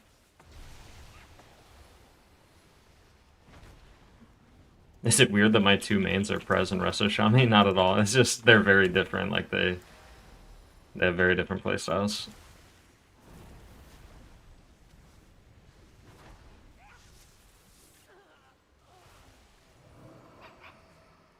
How I've missed this library. But we can't afford to linger here. unauthorized entry. Do the spell. I can stone form mine off. I didn't need to press defensive, but that's okay. The spell. I'm gonna Earth Ellie here too. I don't think it's super necessary, but I think if I use it now, I'll have it back up after the boss for like the really scary pulls in the hallway. I think I'd rather use the Earth Ellie in the future on like the Pyromancer pulls though that are coming up next. Sometimes those can be really dangerous. Dispel. And then I'll dispel the tank as soon as I can. There we go.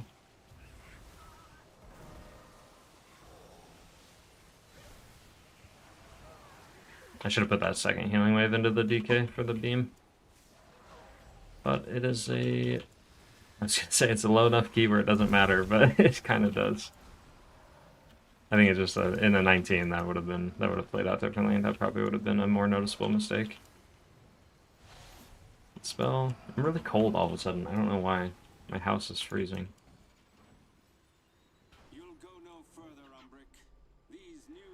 Yeah, like these worms with the Pyromancer sucks really bad, but I get SLT, so we're gonna use that. SLT now. I'm gonna get some Powered Totem, Healing Stream. Trying to spam heal. There we go. Very good timing on the Spirit Link, except for someone getting Pyroblasted to the face. Scaling Tide Totem this one, since we have another.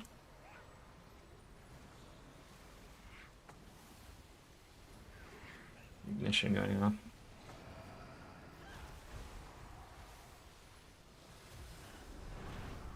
Rebuff, Dispel. Probably getting another Ignition.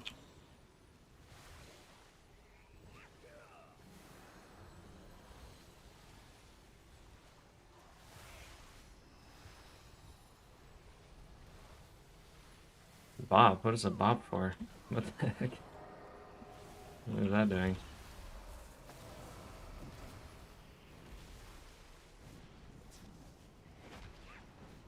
Cold hands are the bane of my life. Yeah, I'm like shivering right now. I don't know what happened. I randomly got cold. I need to put on a sweater after this.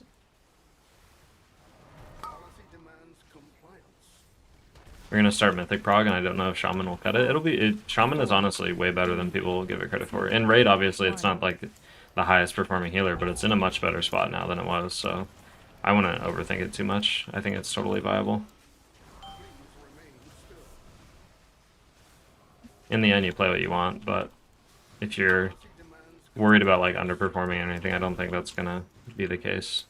I think if you play the class to like, you know, if you play well, you're gonna do good. Like numerically, you can outperform people playing an OP class if you just do the fundamentals correctly. That's all it comes down to most of the time, is just fundamentals.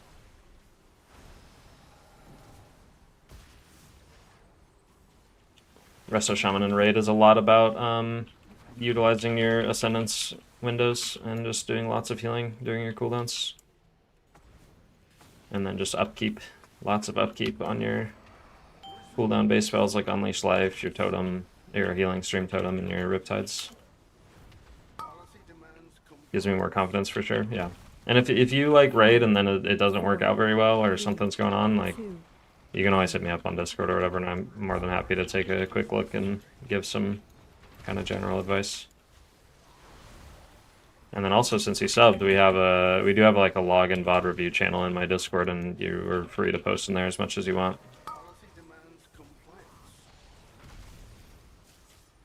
5, 4, 3, 2, 1.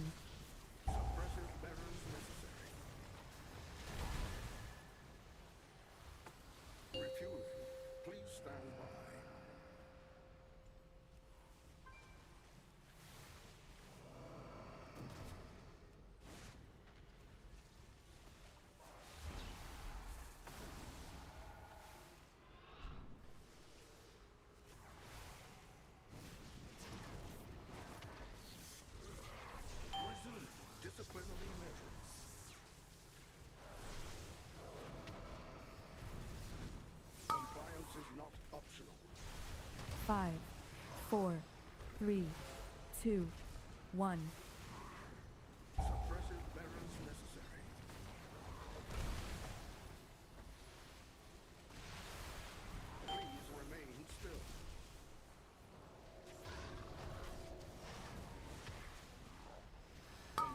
is not optional. 5, 4, 3, 2, 1. Proceeding with impairment. Security Okay, using another scary pull here, we pull these worms into another thing, and then when the worms die, we need to use something. I'll use Spirit Link so that we have maybe Spirit Link back up for the lust pull before the boss. So like right here, we're going to sit on this Empowered Totem and not use it yet. And then we'll use it here, and then now we will Spirit Link as the worms start dying.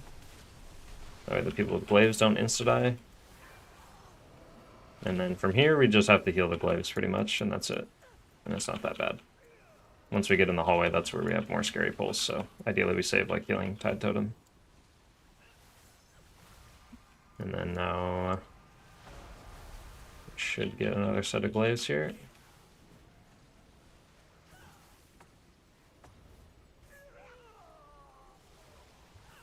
Or not, we're just never gonna get glaives. There they are. So it's on the Paladin and then someone else, so we heal the Paladin first. Then we heal the Hunter. Hunter press the defensive so we can focus more into the Paladin. Then we're getting other worms and probably pulling them into the next pack maybe, or just killing them, I'm not sure. Looks like we're going with them. So this is really scary, so same thing. We save this Empowered Totem. And then as the worms start dying, that is when we are gonna press Healing Tide. And focus the Paladin a lot here. I don't know if I can keep him alive, honestly. Yeah, no.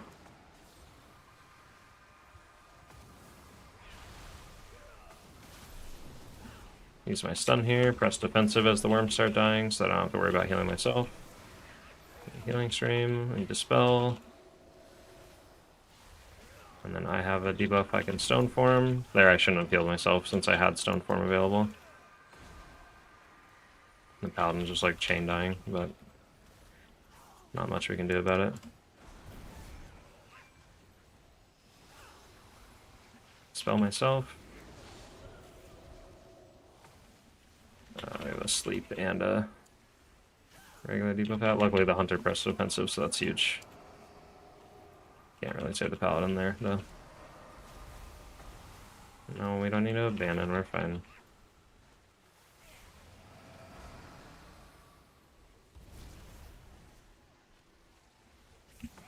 It's Nature Swiftness, Empowered Totem here, because they both don't have defensives.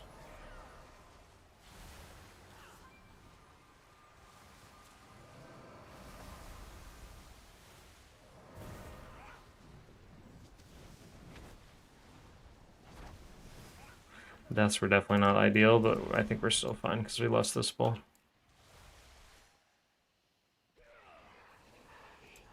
Use Earth Ellie here for myself.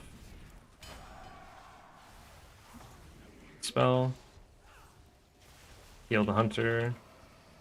Hunter's in a lot of danger here. Yep.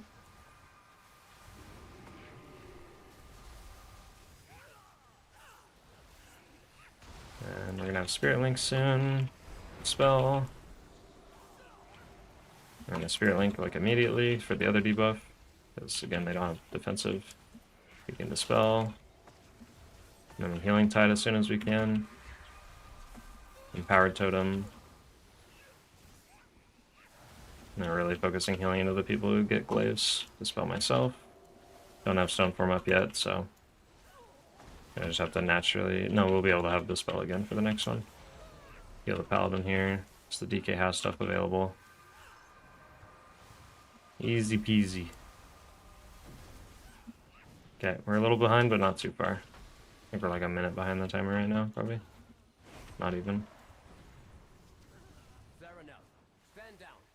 Yeah, about a minute, I would say. I think that's fair. Didn't mean to stone form.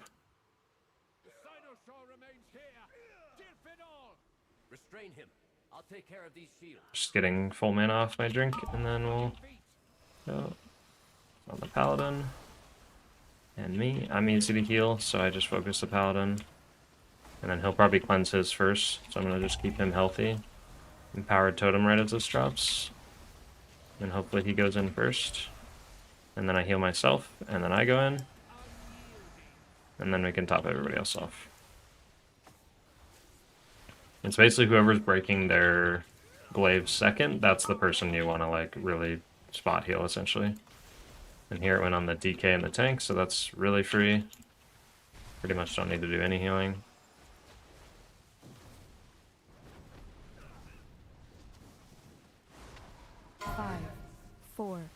3, 2, 1. Save this totem. It's tempting to use the totem here in this situation, but we have so much time to top everybody up before the marks actually come out, so we don't need to like spend resources. Now we can use a totem to help heal through the glaive. And then the Hunter press the defensive, so I'm mostly healing the Paladin. We got an Ascendance proc that's big. Nature Swiftness, Empowered Totem, and then that should carry over into the next person clearing their debuff. Same thing, we want to save Healing Tide, we want to save our Empowered Totem, because we really want these things during the glaives, like while they're happening, because that's when people are in danger. So now we Empowered Totem. It's on the tank, so we just heal the Paladin here, and then the tank will just like be chilling with it the whole time. And then now we just have to, again, top everybody off before we go in. 2, 1. And lock in. Now we don't use anything because we just want to top everybody up before the next set of glaives. It's targeting me, so I'm in a defensive. I could even wait with a little bit longer for my defensive because these are the long glaives. But luckily I targeted the tank, so it's not going to be that dangerous. And then I will clear right away. And then we'll Healing Tide here because we just haven't had an opportunity to use it yet. So I think it's fine to just send it because we have Spirit Link if we really need to fall back on anything. There I wasted an Empowered Totem, but that's okay. It's not the end of the world. Since we had Healing Tide going, we were like more than fine. I didn't need to press it at all. Regular Totem. Looks like we AMS'd the other debuffs, so made it very easy. 5, 4, 3, 2, 1. I have 2 charges of healing streams, so I'm going to just use 1 since the boss is almost dead. That way I can just help do damage. And then we just keep these guys alive. Yeah, it's on the tank and Paladin, so I basically just have to heal the Paladin. Easy peasy. See, I think those freeze frames only happen during Nexus Point. I don't know why. You get a lot of errors in there.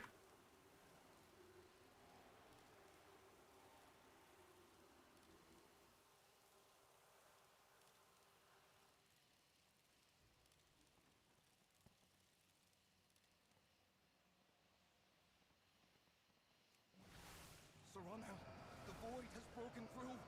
We...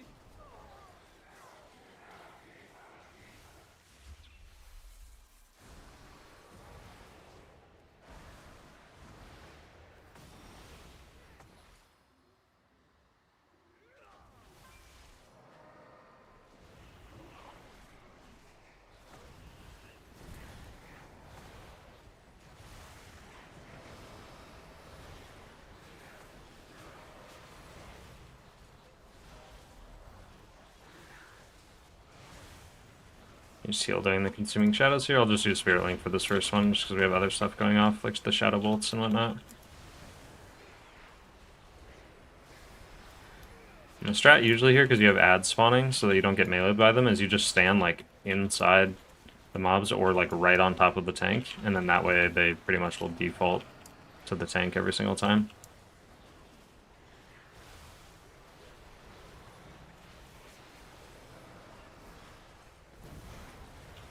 And then we'll save this Empowered Totem just in case the Consuming Shadow starts, because if it does, the Void Caller heals, and that can be really scary.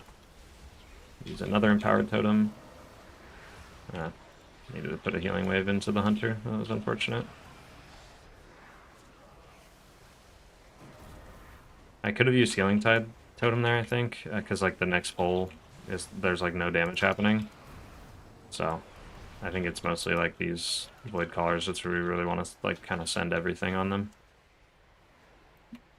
Because the void, this next pull with the Void Tears, nothing really happens. We just kind of kill it. I think the tank is the only person that takes damage during this. And then obviously if we miss a kick, but we're not going to do that, right?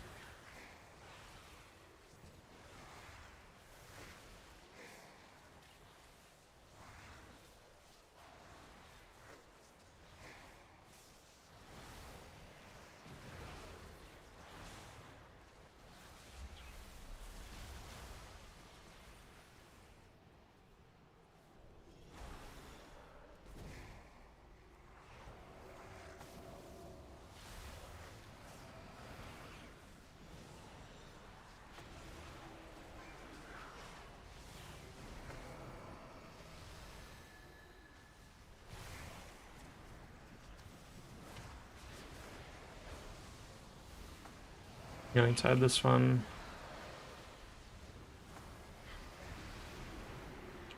Not a great defensive by me, but that's okay. I should have just used it at the start there. I was kind of spacing out and not paying attention to the Void color.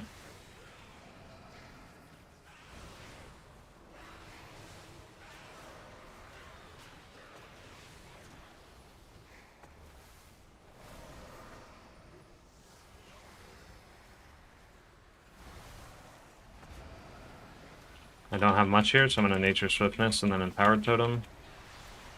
And then we're basically just kind of spam healing.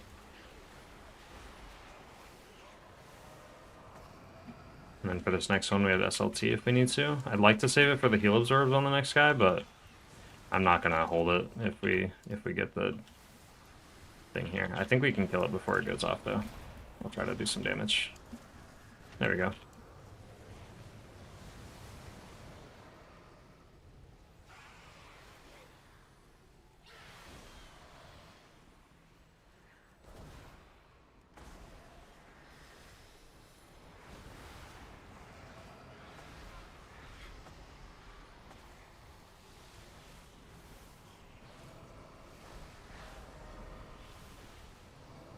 And heal through this first one, and then we have AMS for this heal absorb, so that's really nice. Oh, a fear went off. Not like this. The SLT, I did it too late for that Shadow Bolt. I could have also kicked the Shadow Bolt. There's a lot of options there. That's unfortunate. That's like definitely kind of scuffed. I think we were okay on time, but now we're like not looking very good. So we're not Warlock skipping or anything in the last pack either. And that made us just lose our last lust in the dungeon. Yeah. Oh well. I feel like that was still okay. I saw where I needed to change some things, so. Survive. This dungeon's actually really easy compared to all the other 18s I've done, so. Like, we had 10 deaths and we were, or, you know, before that we had about 7 deaths and we were still, like, pretty okay on time.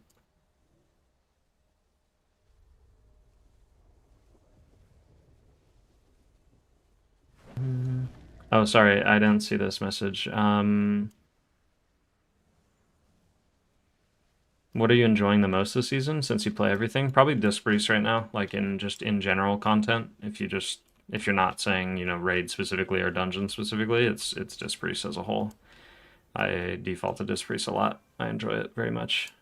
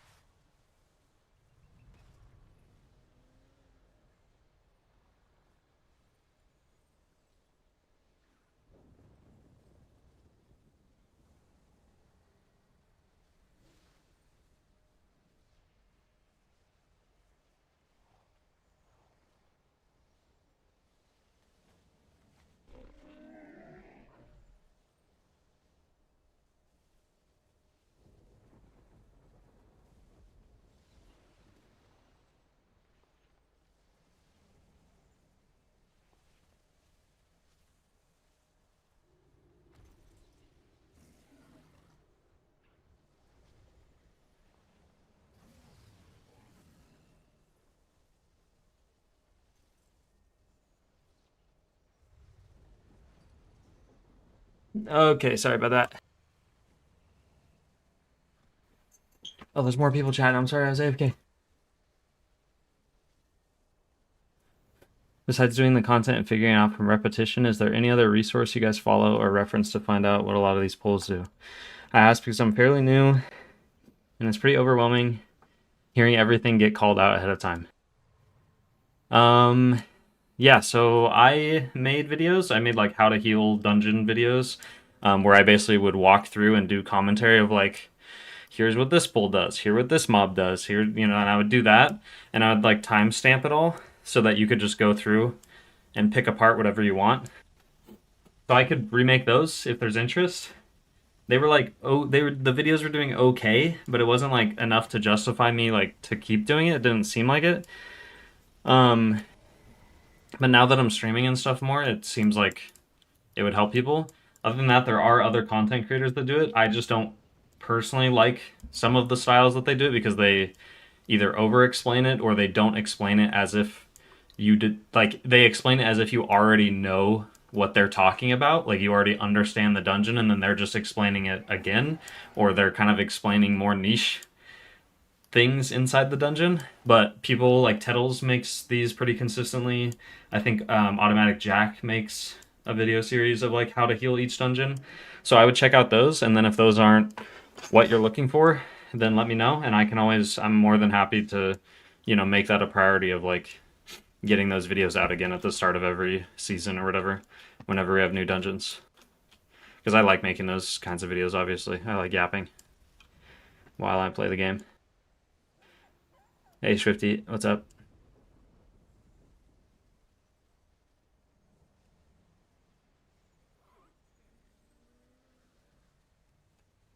Yeah, I'm just gonna wait for a key to pop up.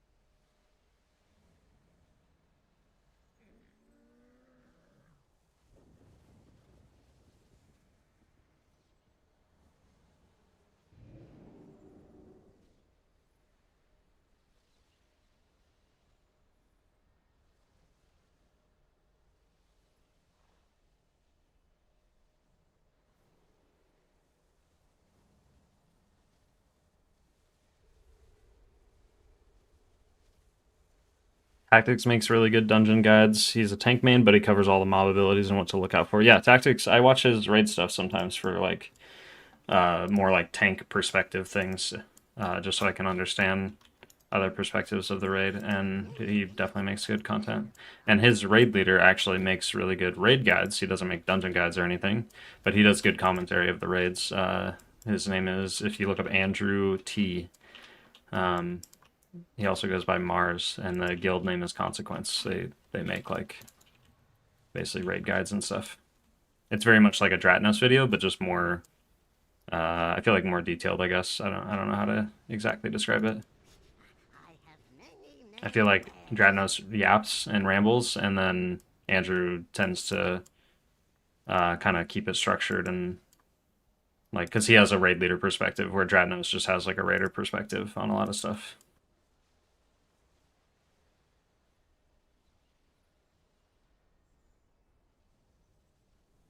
May need to get back on my Resto Shaman. Been missing playing him. Yeah. Might run our own key again here in a minute. I'm just like standing here. I don't want to bore people. Yeah, great recommendation with Tactics. I think that's a great choice as well.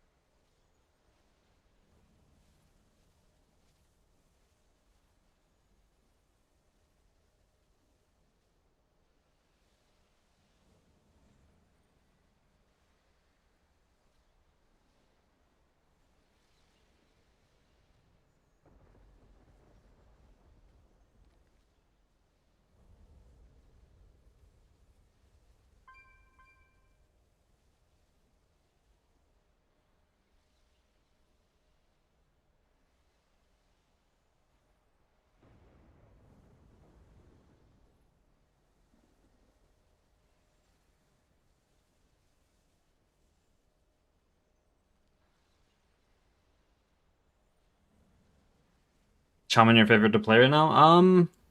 Probably this priest. I've just been playing Shaman the most in keys because it's just what I started with in the season. But I'm starting to do 17s and 18s on my priest, monk, and trying to work that way up on my druid and stuff. But yeah, so I don't have like a strong preference, but I would say priest right now. Like out of the keys that I have been playing, I tend to play my priest the most. Like once I'm kind of done filling my vaults for the week, I find myself playing my priest the most. Of like I just want to send keys, and you know if I'm helping like a friend push higher keys or something, I'm usually on my priest because I just am enjoying it more. But when people hit me up and they're like, hey, we have an 18, or I'm in a pug and I'm like, oh, I want to do some 18s or try some 19s, I jump on my shaman because I just have the best chance of jumping into groups that way. We'll try to queue up for a few more, and then if we can't find something, I'll either switch characters or we'll run our own key or something. I don't want to sit here the whole day, but I'm also doing other stuff like at the same time, so I guess this is a good time to eat. So I'll kind of eat while we do this, so I don't have to AFK. So I'm available. My responses just might be slightly delayed, just so that people know.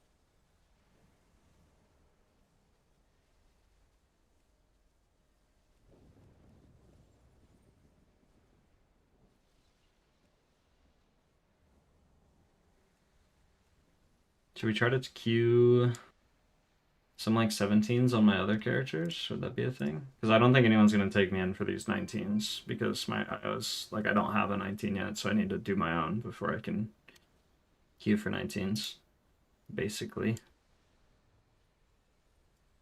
So we could do some we could try to queue up some 17s on like my priests and stuff, because I definitely have the IO for it. And I already have 17, so we could just send those and see if we can get them. Otherwise we go back on the Druid and try to scuff our E over and over again. That's our other option.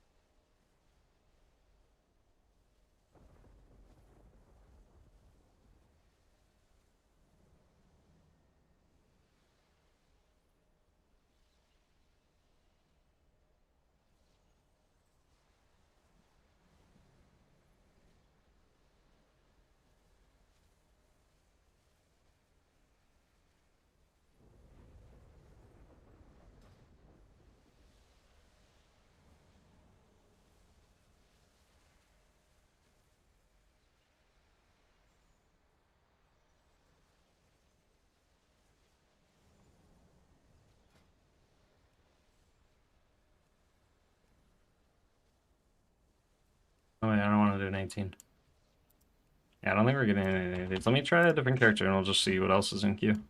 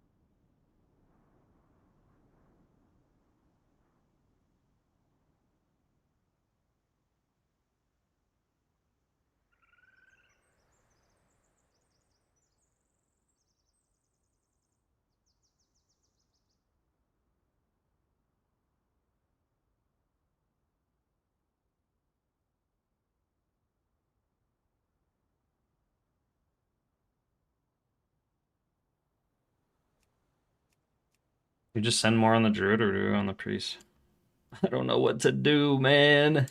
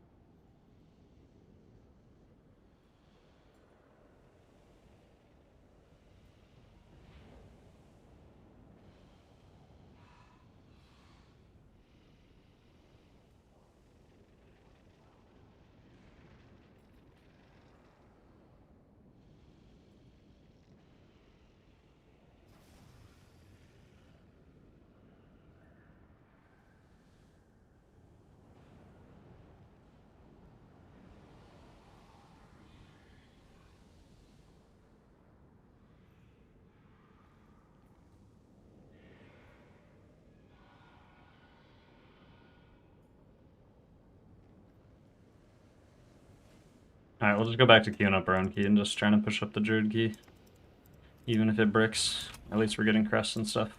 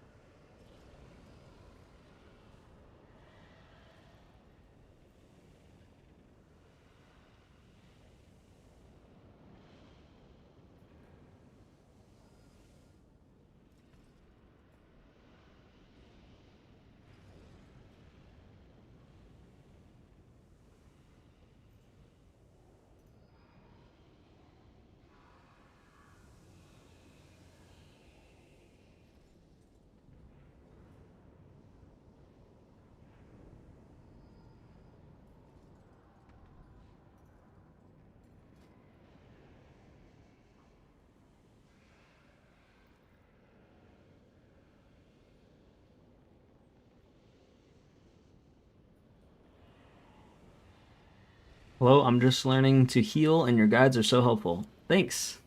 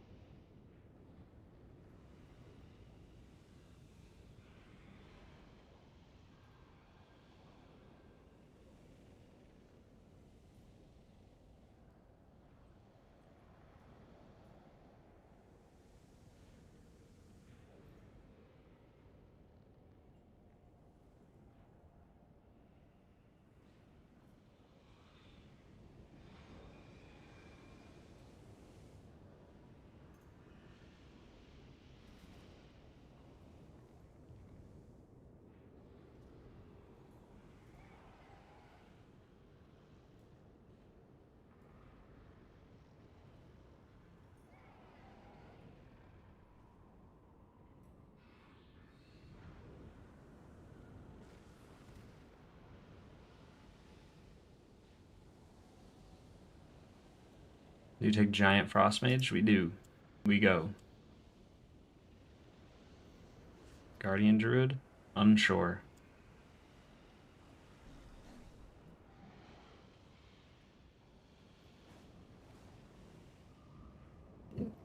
Sorry if dumb question. In the Wrestler Shaman guide for beginners, you mentioned to keep tidal waves up at all times. Does that mean always at 3 stacks? Only level 88 right now. No, so tidal waves, it stacks up to 2 times. And you basically just want to be generating and spending it. You don't have to keep it up or anything. It's just you want to make sure that you're generating and spending it. So you generate with Riptide, you spend with Healing Wave or Healing Surge. Or, Healing Wave or Chain Heal. So you generate the stacks and then just make sure to spend them. You don't want to sit on 2 stacks and then keep pressing Riptide. You want to use those stacks and then, and same goes for you don't want to spam Healing Wave when you have 0 stacks of Tidal Waves. You want to generate some stacks and then spend them. Yeah, so it's just a generate and spend kind of gameplay loop. Generate tidal waves, spend tidal waves.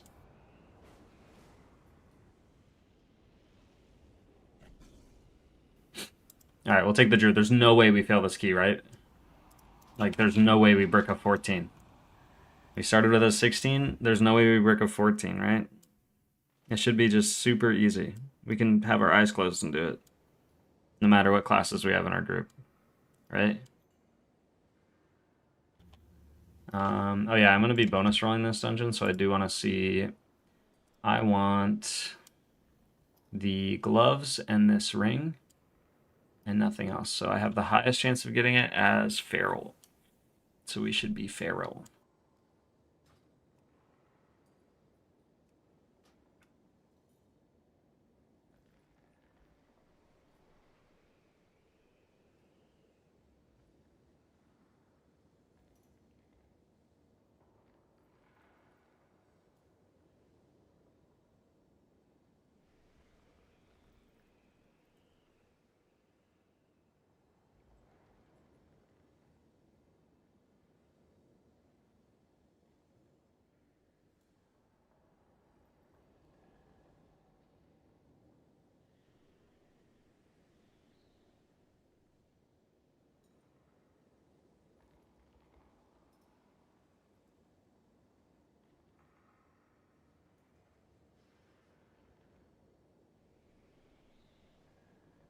Lothraxion, give up this foolishness! We have already won! You put all of Silvermoon in danger. This isn't worth the risk. There seem to be a few pieces missing. We have to find them if we're going to stop Lothraxion.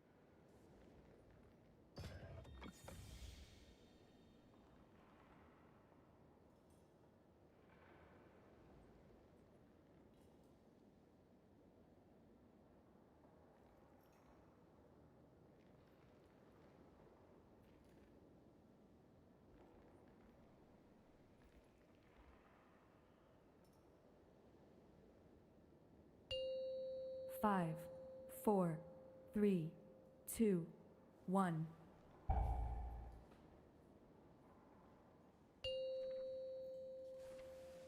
Oh yeah, I forgot the dungeon we lag in. Let's go. 3, 2, 1. That's why I stopped playing my Druid. We have already Alright, won! I'm gonna go into this full, and we're just gonna do lots of damage. In danger. This isn't worth the risk. I'm gonna throw a couple hots out, throw my external out, and then we just go right to doing damage. Heart of the Wild, spamming Starfire. Dispel that.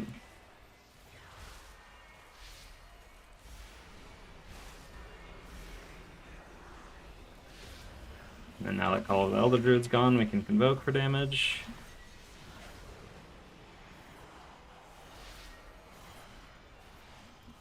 Maybe because we get Starfall during Convoke, it's better to Convoke first, and then that procs Call of the other Druid, because it'll throw a Star Surge out at some point.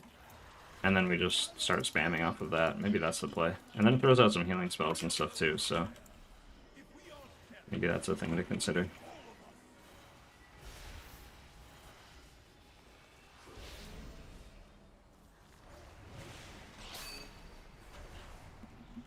Oh, we have picked up just spamming in the back. I did not notice that.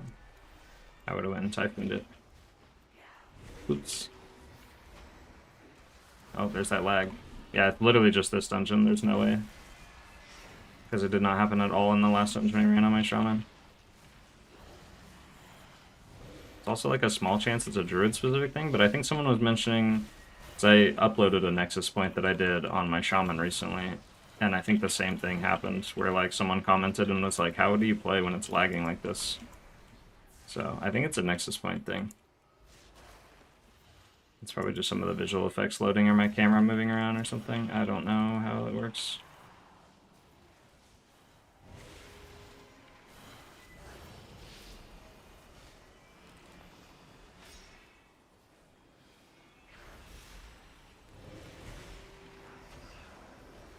What add-on is that? Which one? I'm sorry.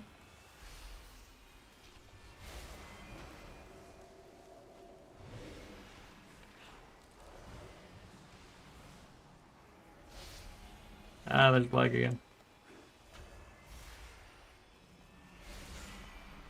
Oh, I did not mean to activate Call the Other Druid. That's bad. Oh well.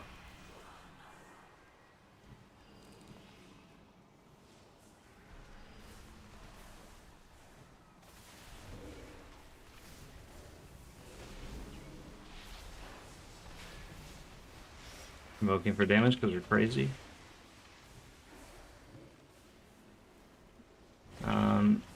It showed the most likely spec to get the gear you wanted. Oh, I don't remember exactly what it's called. Let me look. I think it's like bonus rule helper or something. It's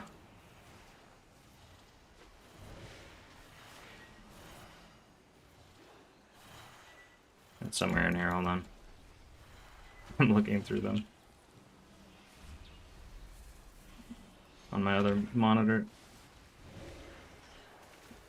The lag is so bad in this dungeon. What?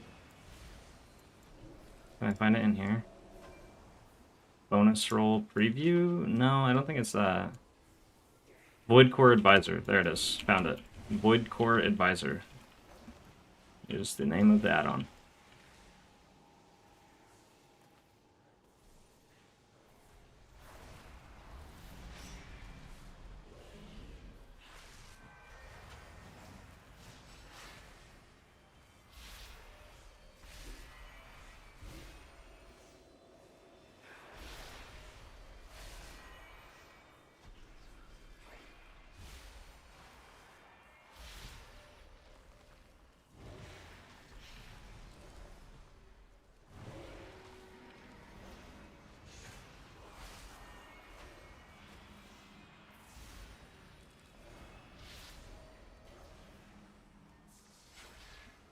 Yeah, 150%. It's just this dungeon that lags. I have to find out what is causing it, though.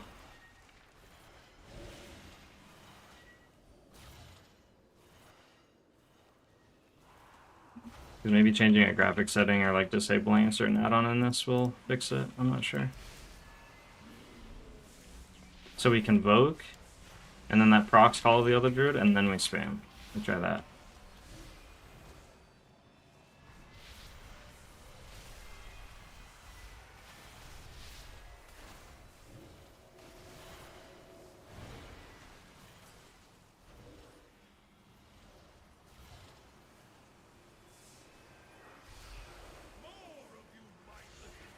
Okay, and we're not going to throw on this boss like I did last time. We're not going to stand in the crap on the floor.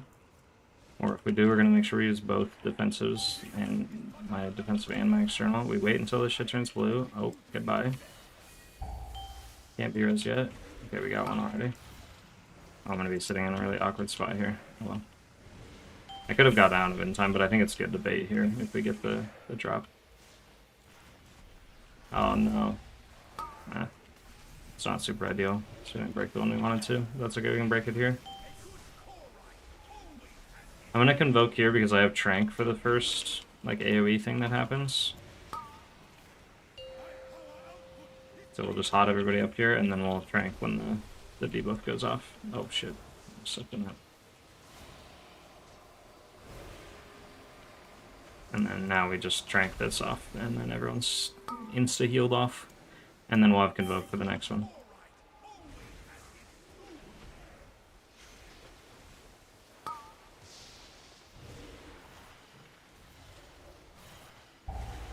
And here we're basically just keeping the tank topped up, and then we just heal whoever gets the debuff. Like here it's on the mage, so we just throw Life Bloom and a Rejuve on him. And then he's good to go. He should have kept it a little bit longer so that we could have got rid of these, but it's okay, we'll get another one. Same thing, now we heal the Warlock. Boom.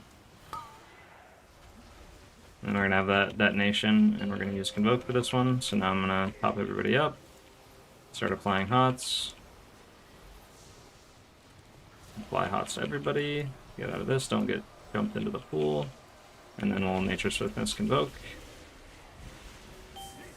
Swiftmend, whoever has a big heal absorb left on them. We'll do that, and then we'll wait. I'll heal myself here to get rid of all three of these at the same time, hopefully. Yep. Boom. I can call it the other Druid, but I need to heal this Warrior.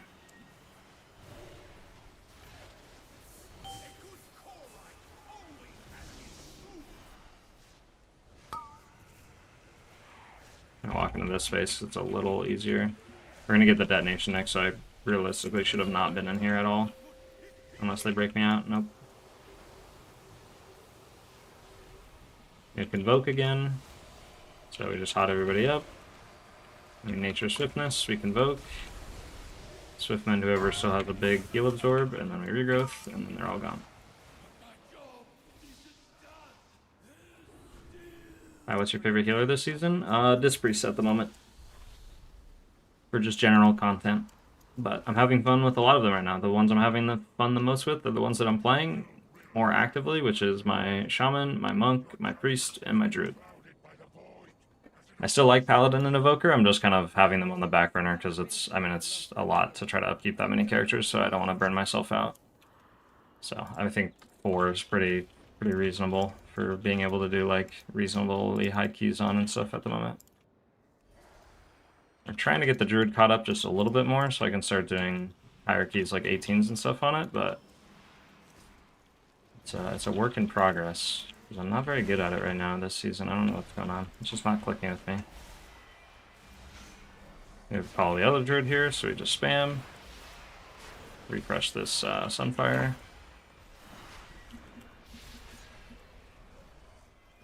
There's that lag again. We love this dungeon. I was leveling my Druid. I'm slacking as a mod. No, you're okay.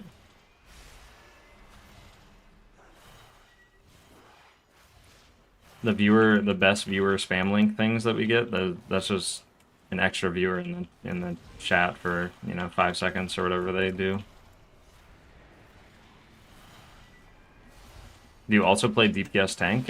Yeah, sometimes I'll like off-spec. Like I usually end up playing Balanced Druid as an off-spec because it shares the same stats as Resto, so it's easy to play like on the side just for fun. And then I also rated at a pretty decently high level as Balanced Druid for a little while, a few expansions ago. And then I also have usually maintained a tank like character later in the season where like I get bored with healing a little bit and I'll play a tank just like with friends or something that are trying to push IO. Or guildies and stuff like that. But otherwise it's always like an alt thing. The only times I main DPS is usually in raid if like the raid needs it and I'm fine playing it, which is usually Balanced Druid. Or I will play tank in like Mythic Plus if I'm, wanting to get more perspective from some of the dungeons. But now that I'm streaming more actively, it gives me more incentive to heal because it's mostly just I did it out of boredom. Like I just did it to farm crest, so I would play tank or DPS off specs in order to farm crest or like do my weeklies and stuff. But now that I stream more, it's a lot easier for me to heal through like farming keys and like not worry about getting IO all the time or something. Like I can just kind of play the game and chat with people while I'm doing it. So it's a lot easier to heal.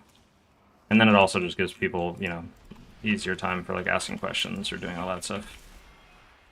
So it's just a better experience overall.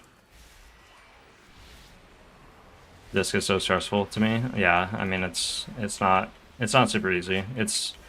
It's less punishing than it has been in the past now that you can play Oracle, but it's still like one of those classes where like if you fall behind you feel it, and it sucks, and it like is hard to come back from. When you fall behind or like you make a mistake, it's way more noticeable than on other healers because you don't have a lot of ways to like react to incoming damage or react to mistakes that you make and things like that. You kind of have to play the slow and steady game of catching back up, which can be really stressful. But I totally get that.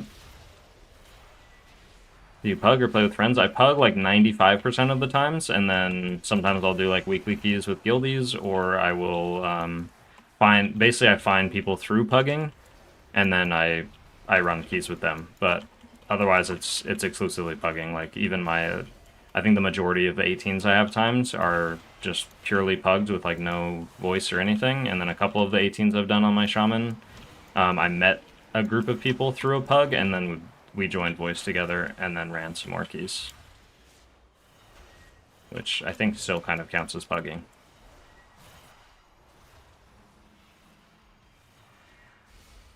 Is disc easier now? I think so, yeah. It's definitely easier than it has been. Well, like easier in the sense that I don't think it's easier in like dungeon content, it's just that it's less punishing because you're not relying so heavily on like just atonement healing for all of your output, which was a big part of it.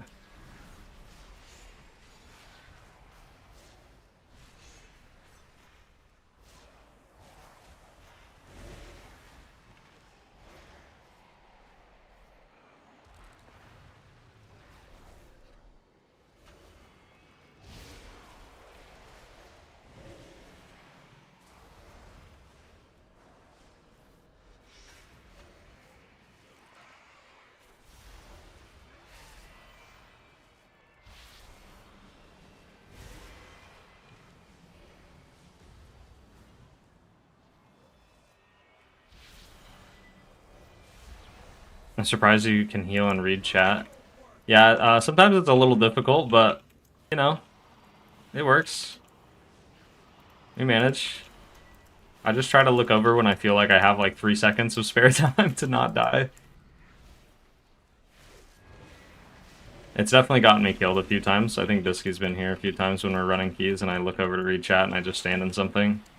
Or I don't pay attention to a debuff that goes out and somebody dies, but it's okay. It's like a skill I feel like I'm picking up on as we go.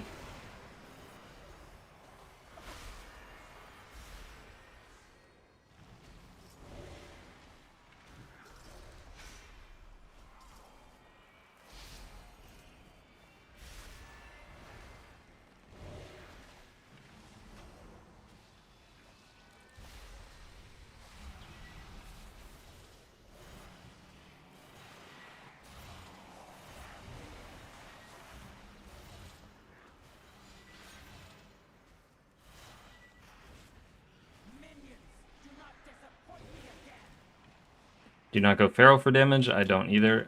You can. It's still, so like the Feral build, Wildstalker, where you go in cat form and stuff, that's the better like healing build. And then what I'm playing is like the higher damage build, so you just do caster stuff. And you sacrifice a few healing talents for dealing more damage with your spells.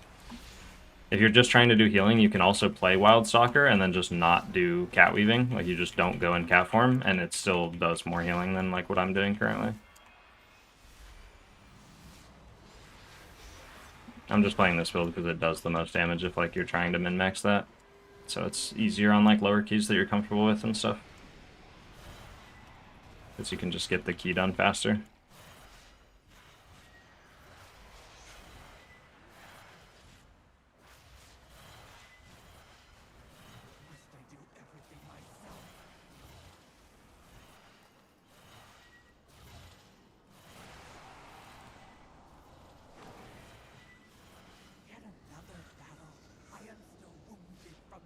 I'll need your build after I finish leveling. Yeah, definitely. Just hit me up on Discord and I can send it over anytime.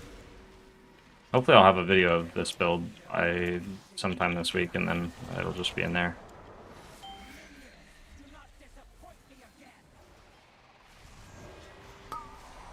Can you share your talents after this? Yeah, just remind me as soon as I'm out of the dungeon and I can post it. I just will more than likely forget if I don't get reminded.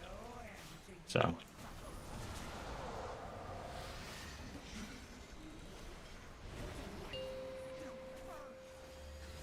Oh. What killed us? Did a cast go off or something? Or was there a thing on the floor? Oh, the Dreadfall. The Dreadflail.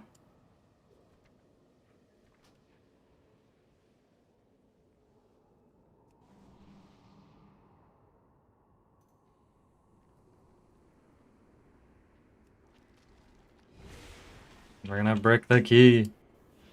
Yeah, I have time to post the thing in here too, since I accidentally... This isn't the best healing build though, so if you're just trying to... That's like the import string. But if you're trying to just do healing, there are better builds for it, so...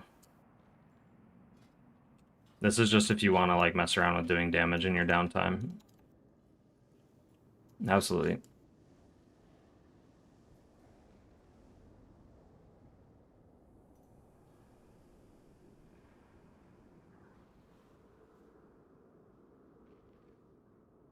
Yet another battle. I am still wounded from the last one.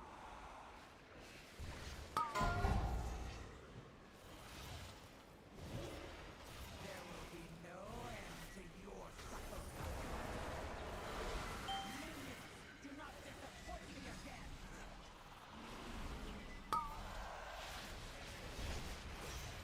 I'm trying to stand in here so I don't die if I get aggro. Start howling everybody up. Get ready to stand in the light. That Dreadflail is alive and it's gonna kill us. I'll just trank right now because this is looking a little dicey.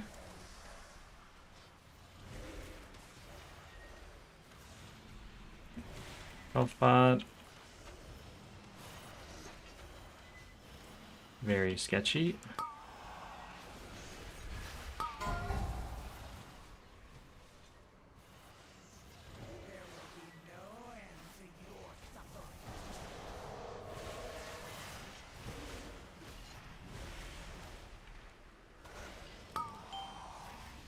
I should have saved Convoke for the burn. It's definitely not going to come up in time. And then we will just Life Bloom one of the DPS that are going to get hit here by the dot. Out. Hot everybody up. We'll bark somebody, and then we'll bark skin, or iron bark. And we'll stand in this, and then we're just spamming regrowths. Healthstone. What is... Yeah, it's just the Dreadflow killing us, right? Because it's spinning. Yeah. We just have to kill it before that happens. Oh, I didn't mean to drag this around. Come back, please. Damn, we are breaking every key on the Druid, dude. It's just not happening. I won't be satisfied until Very unlucky. shares your fate.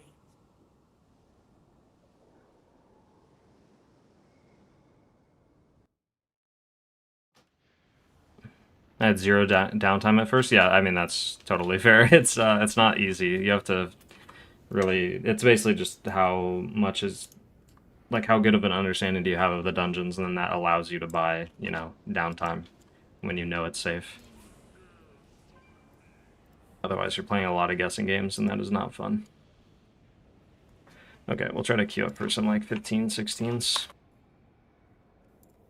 Oh, I don't want to queue as a DPS. I'm going to queue as a healer. And then we don't want Maesara Caverns or Skyreach.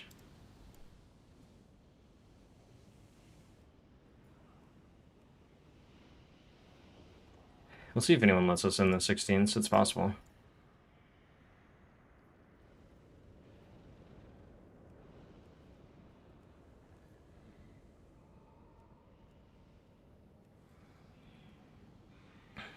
Yeah, random damage on Druid is not fun, yeah.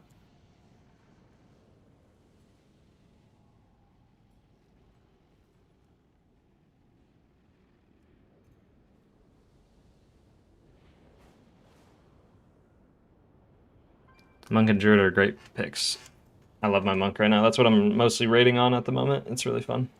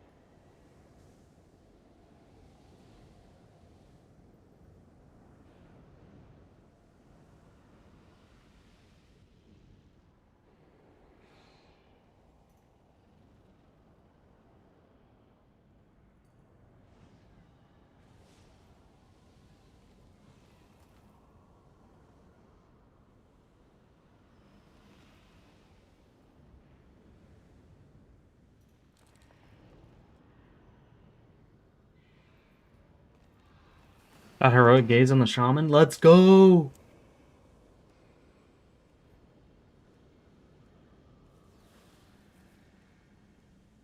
I don't know if anyone's gonna take me to 16. I thought my mains IO would like get people to think it's okay, but maybe it's probably my item level, just because my item level hasn't really gone up on all of these characters. Like if you're not 280, people pretty much aren't gonna take you, because there's no reason when there are 280 high level people available. Might just have to spam like lower keys. That might be the play, is just spam low keys and farm crest, honestly. Not even low keys, but just like, you know, vault keys. Like just spam 10s to 12s and just try to get the eye level up. Like this week we could just make the goal get everything above 280, and then we'll be in a pretty good spot to start doing those higher keys, because right now it's hard unless I push my own key up. Even then it's a little shaky. Yeah, I guess I'm down to just spam some 12s and stuff. And that's not super fun content, but we could work on those videos that I was talking about that someone asked about, where we do like a dungeon walkthrough and actually talk through all the mobs and all that stuff.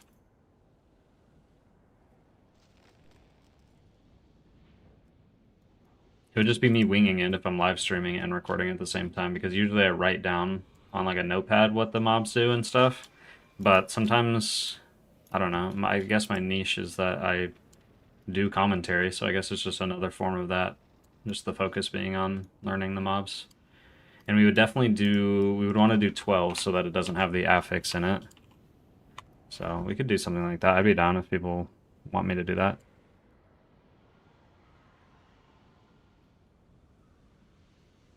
Can we only get higher eye level from M+ in raids? Can we buy it anywhere? You can buy BOEs, which are from raid, but they are insanely expensive, so you basically need to do M+ in raid. There's also, like, it depends what your eye level's at, but there's also, like, world content and delves and stuff like that. Like the solo player stuff, but that only goes up to certain eye levels. Like, Mythic+ in raid is where you start getting the highest item level gear in the game.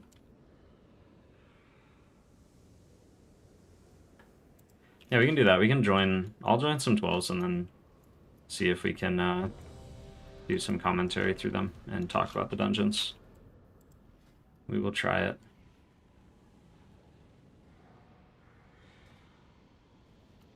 So the focus will just be talking about less like what healer I'm playing and more just what do each of the mobs do, what do the packs do, all of that stuff.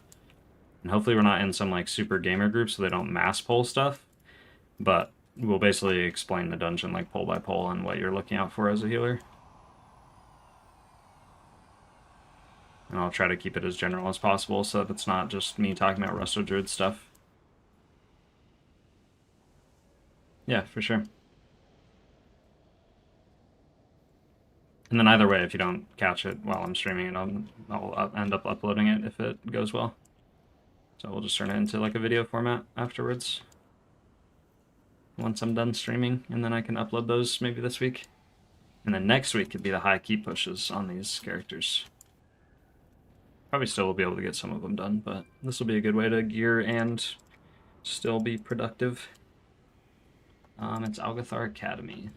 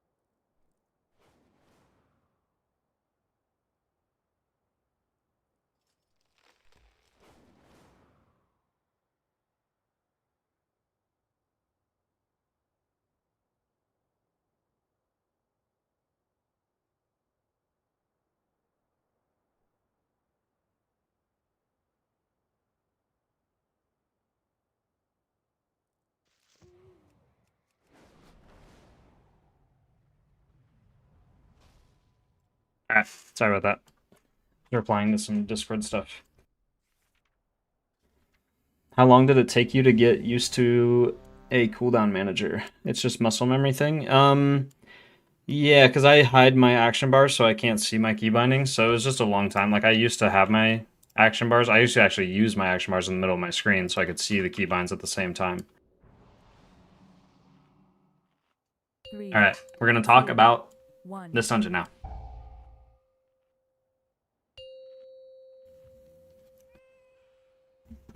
Alrighty, so we're going to be talking about Algathar Academy. 3, Everything you need to know. I think I actually did this a long time ago when Algathar was current in Dragonflight, so we're going to run it back and kind of do a similar one.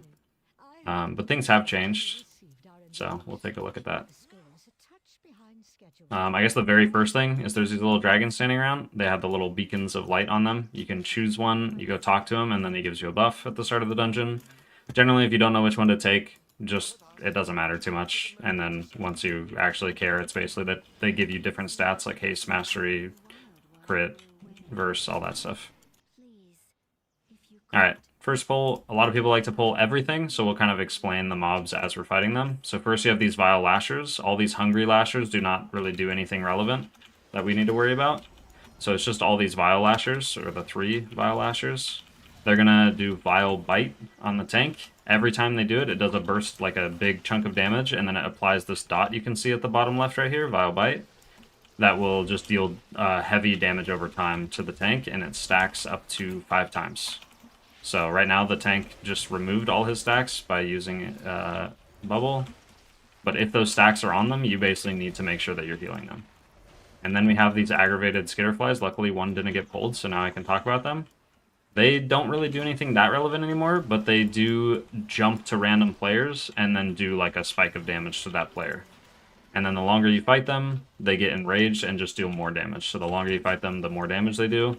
And then they just randomly will jump to players. I don't know if they're actually going to end up doing it before they die. No, it doesn't look like it. So they usually, right there. So he was about to jump to that player, the mage, and then he'll like melee attack him one time. I don't think it's actually a melee attack. I think it's just like a bite, but same difference. Alright. Then we have the first boss. Boss applies a bleed kind of effect to the tank again. It's this bark breaker, so you heal the tank during that. And then he's going to cast Germinate, which spawns all these little circles on the floor. And usually you just want to stack up next to the boss so everybody's together. And then you just walk clockwise or counterclockwise around the boss in order to spawn all the little circles kind of together, because you want to kill all of these before he turns them into ads, which happens later. So then I'll explain the next thing that happens after we go through this again. So now we stack up for Germinate again, and then I'll kind of explain what else is happening. So now Germinate's going to happen. We're going to move clockwise around the boss. And then this time he does Burst Forth, which is going to do group-wide damage to everybody, and then turn all of these into Hungry Lashers. They hit the tank pretty hard, and they apply a stacking poison. So if you can dispel poison, you can get rid of that. Otherwise, you just heal the tank while those are active. And then now we'll explain the next thing, which is Branch Out. That's like the next important thing, probably the most important thing in this fight. So we're going to do the Germinate. We just walk around the boss. We kind of move slowly. One person got left behind. And then now he's going to do Branch Out. He's going to throw this circle at somebody. You get out of it. And then it's going to put a bleed on everyone in the group that does a lot of damage, so you need to heal everyone in the group. And it spawns this new ad called the Ancient Branch. We kill it, and then once we kill it, it will spawn this little circle on the ground, this green circle. You want to stand in it, and it gets rid of your bleed. So this 1 minute bleed I have, boom, they're all gone. And then just in time for the Germinate to happen. So then we just repeat the fight from there, and that is everything. I know that was a lot of explaining, but again, we'll kind of timestamp things, and so it's easy to skip back through and catch up on anything that you might have missed.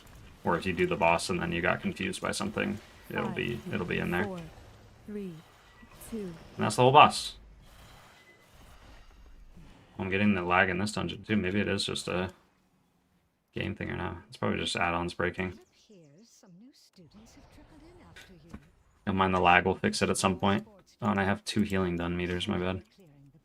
Alright, this guy, Guardian Sentry, He just hits the tank with Storm Slash, does some decent damage, knocks the tank back. Basically just make sure the tank's full health for it. And then he's going to do this right here, Expel Intruders. You just don't stand in the circle. If you are in the circle, it knocks you really far back and does damage to you. And then the last thing he does is Dreadwinds, which it just picks a random player and spawns this tornado on the floor, and then it just kind of spins around in circles in like the same pattern. And he'll just keep doing those. So like there he spawned another one, but that one is in melee, so we don't have to worry about it. Generally you just step, like wherever it spawns, you just step a little bit away from it, and then you don't have to worry about dodging it nonstop. If you stay by it, then you're gonna have to like constantly keep moving. Oh yeah, that's bad. Alright. Next place is a little bird area. So these territorial eagles, they will just apply a stacking bleed to the tank. Pretty much nothing else to go over too much there. It's kind of like the first mobs. The more stacks they have, the more you need to heal them and keep them topped up. But otherwise, you're more just trying to kill the pack as fast as possible. So if you can help with damage, it helps. But main thing, just keep the tank alive and no one else should be taking damage.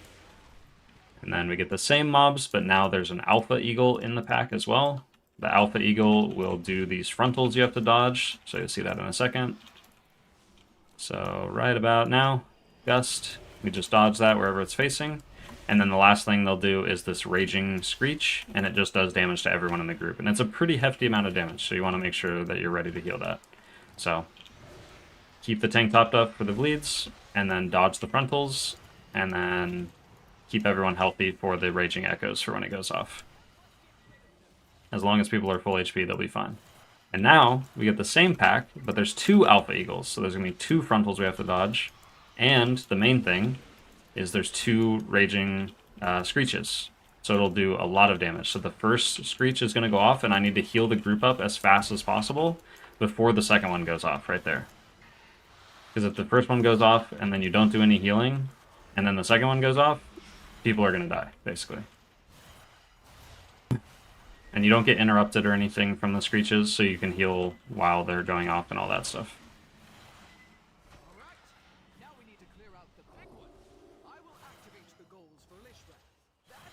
Alright, now we're doing the boss. To activate it, we just throw these little orbs in this thing. It's basically just showing you how the mechanic in the fight works, but I'll just explain it as we go. This boss is pretty straightforward compared to the last one. It's just harder as a healer to actually do the fight. So this boss is going to do a Savage Peck. It's going to deal damage to the tank, and you guessed it, it applies a bleed, 10 seconds to the tank, so make sure the tank's nice and healthy during that and heal them. And then the boss is going to do Deafening Screech. This does damage to everyone in the group. It will silence you if you're casting a spell, so you can't be casting a spell when it goes off. As far as like actual casted spells, so like Regrowth here, but I can cast Rechoose because it's instant. And then also, the Deafening Screech will apply a dot to everybody in the group. So you need to basically heal, you need to top everybody up for the Screech, and then now I need to keep healing everyone. You can see this dot at the bottom left of their frame. I need to keep healing everyone until this is expired, basically. And then we stop taking damage. And then these, we grab the little orbs, we dump them in the wind one first, which there's a wind and a fire one, just displayed by the color. The wind one just makes us get pushed back. We have to dodge tornadoes, otherwise the fight's the same. And then if you want, you can pick up these little orbs with the arrow on them. Each player can get one of them. And it will make you stop getting pushed back and give you a nice little haste buff to do some extra healing and stuff. Makes all your spells cast faster. So now we have that Screech. I'm going to use a cooldown for this one. And as a healer, that's what you should be using your cooldowns for. We'll try to mention that in the boss fights, is like, where should I be using my cooldowns? It's on the Screeches. Now we have the orbs up again, so we're going to grab an orb, and now we drop it in the fire one, because the wind one we already did. And the fire one is going to make the boss take extra damage, but it's also going to make us take constant ticking damage, just non-stop. So just for the rest of the fight, we just keep taking damage. And I think it's increasing damage as the fight goes on. So like right now you can see our health kind of dropping every couple seconds. And then now there will also be fire to dodge on the floor. So more stuff to dodge, but otherwise all the same. It's just now the bleed on the tank is scarier, and then also the Deafening Screech is scarier, because now people aren't going to be full HP as it's going off. So here I make sure everyone's nice and topped up, and then we're healing because we just used a cooldown. So now I just basically heal everybody through it. And then if another one was to go off, I would use my other cooldown, which it still might. I don't know. It's gonna be close. Nope, it's not gonna go off. Oh, it still went off. That's crazy. Okay, well, it removes the dot when the boss dies, so we don't have to worry about it. So the scariest part of the fight is definitely at the end there, when you have the fire debuff and the Screech at the same time, because that overlap just, it does a lot of damage to the group.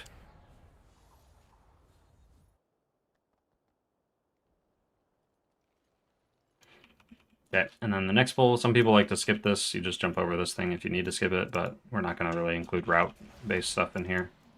Okay, next pack, we have these Foragers. They just jump to random players and deal a little bit of damage, so can't really control how they do damage or who they do damage to. They just be ready to heal people. And then this Ravager is going to jump to the furthest player away, so if I make sure I'm the farthest player away from it, like all the way back here, it's going to jump on me. It's going to show like a big circle around my character like this. And then I press a defensive, it jumps to me, and then it does a frontal wherever the tank is. So it'll turn around, face the tank, and then do like a breath attack. And if you're in the breath, you will die. So if you're not targeted like here, I'll try to stand in so I don't get targeted, because it'll target somebody else. So there it's targeting the mage. It's going to dash to the mage, and then turn around and use its breath. So then I just make sure I'm not in the breath, and then I'm okay. And then the other thing that's worth mentioning is it puts a dot on whoever it charges to. So that's why you want to kind of control who it goes to. Like, ideally, you know, if you have a defensive available, you want to stand farther away so that you can press your defensive when it charges you. Because if someone gets charged and they don't have a defensive, they can be in a lot of danger.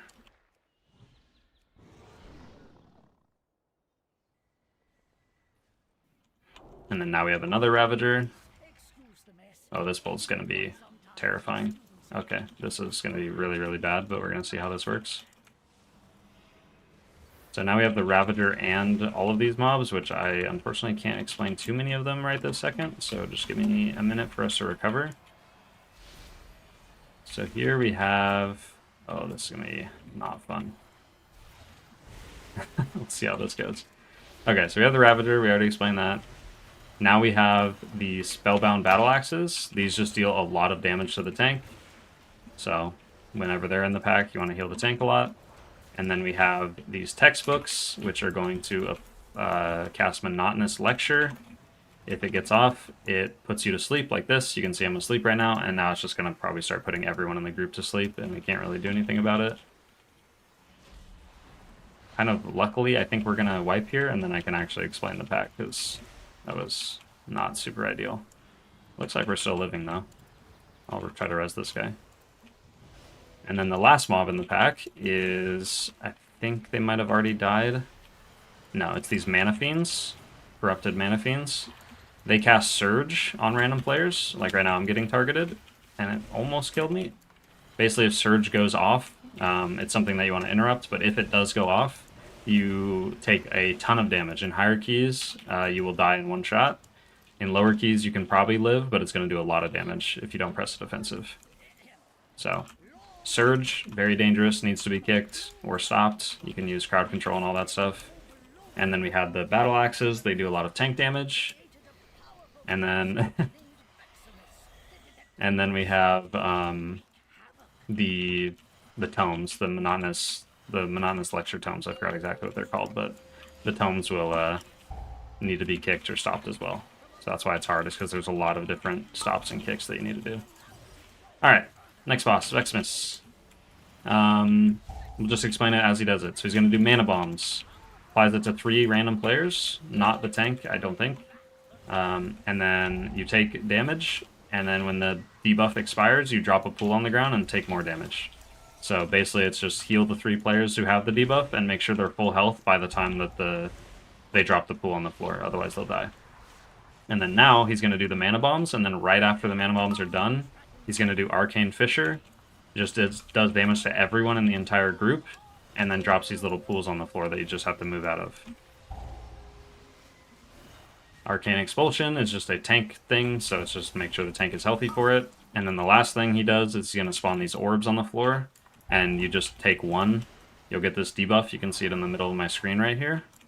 And basically, you don't want to take another orb until this debuff is gone, because the debuff makes you take extra damage. So like right now, if I take another orb, I would take extra damage than I normally would if I was just, you know, undebuffed and taking an orb. So try to only take one orb, unless you have a defensive. And then now again, we have that mana bomb on us, and then we're going to drop something on the ground, so I'm going to press my defensive, and then he does Arcane Fissure, and does damage to the whole group. So the dangerous overlap is every other set of mana bombs. So like for instance, right now he'd do mana bombs, and then they just end, and then he'd do another set of mana bombs after that, and then do the Arcane Fissure. It was ultimately destroyed. Well done. So the one that happens, every second set of mana bombs, those are the scary ones. Those are the ones that you want to like use healing cooldowns for, is every second set. Okay, and then we have an easier way to describe these mobs. So again, we have the Mana Fiends. We need to stop them when they cast Surge on people, otherwise we can see who they're targeting. And then they also apply this debuff to players, this circle, and it just does a burst of damage when it expires. So you just press a defensive if you get the circle on you. And then other than that, we just have the battle axes in here, and again, they just do pretty heavy damage to the tank.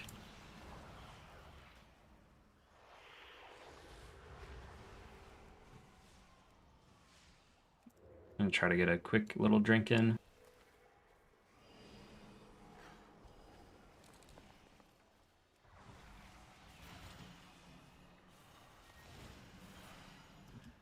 Sometimes your stream freezes for 0.1 second. Was it like there, right there when I jumped up in the air and it lagged a little bit, or is it different? Because if it's like freezing, then I will have to look into that. Because that might be my bitrate or something being weird.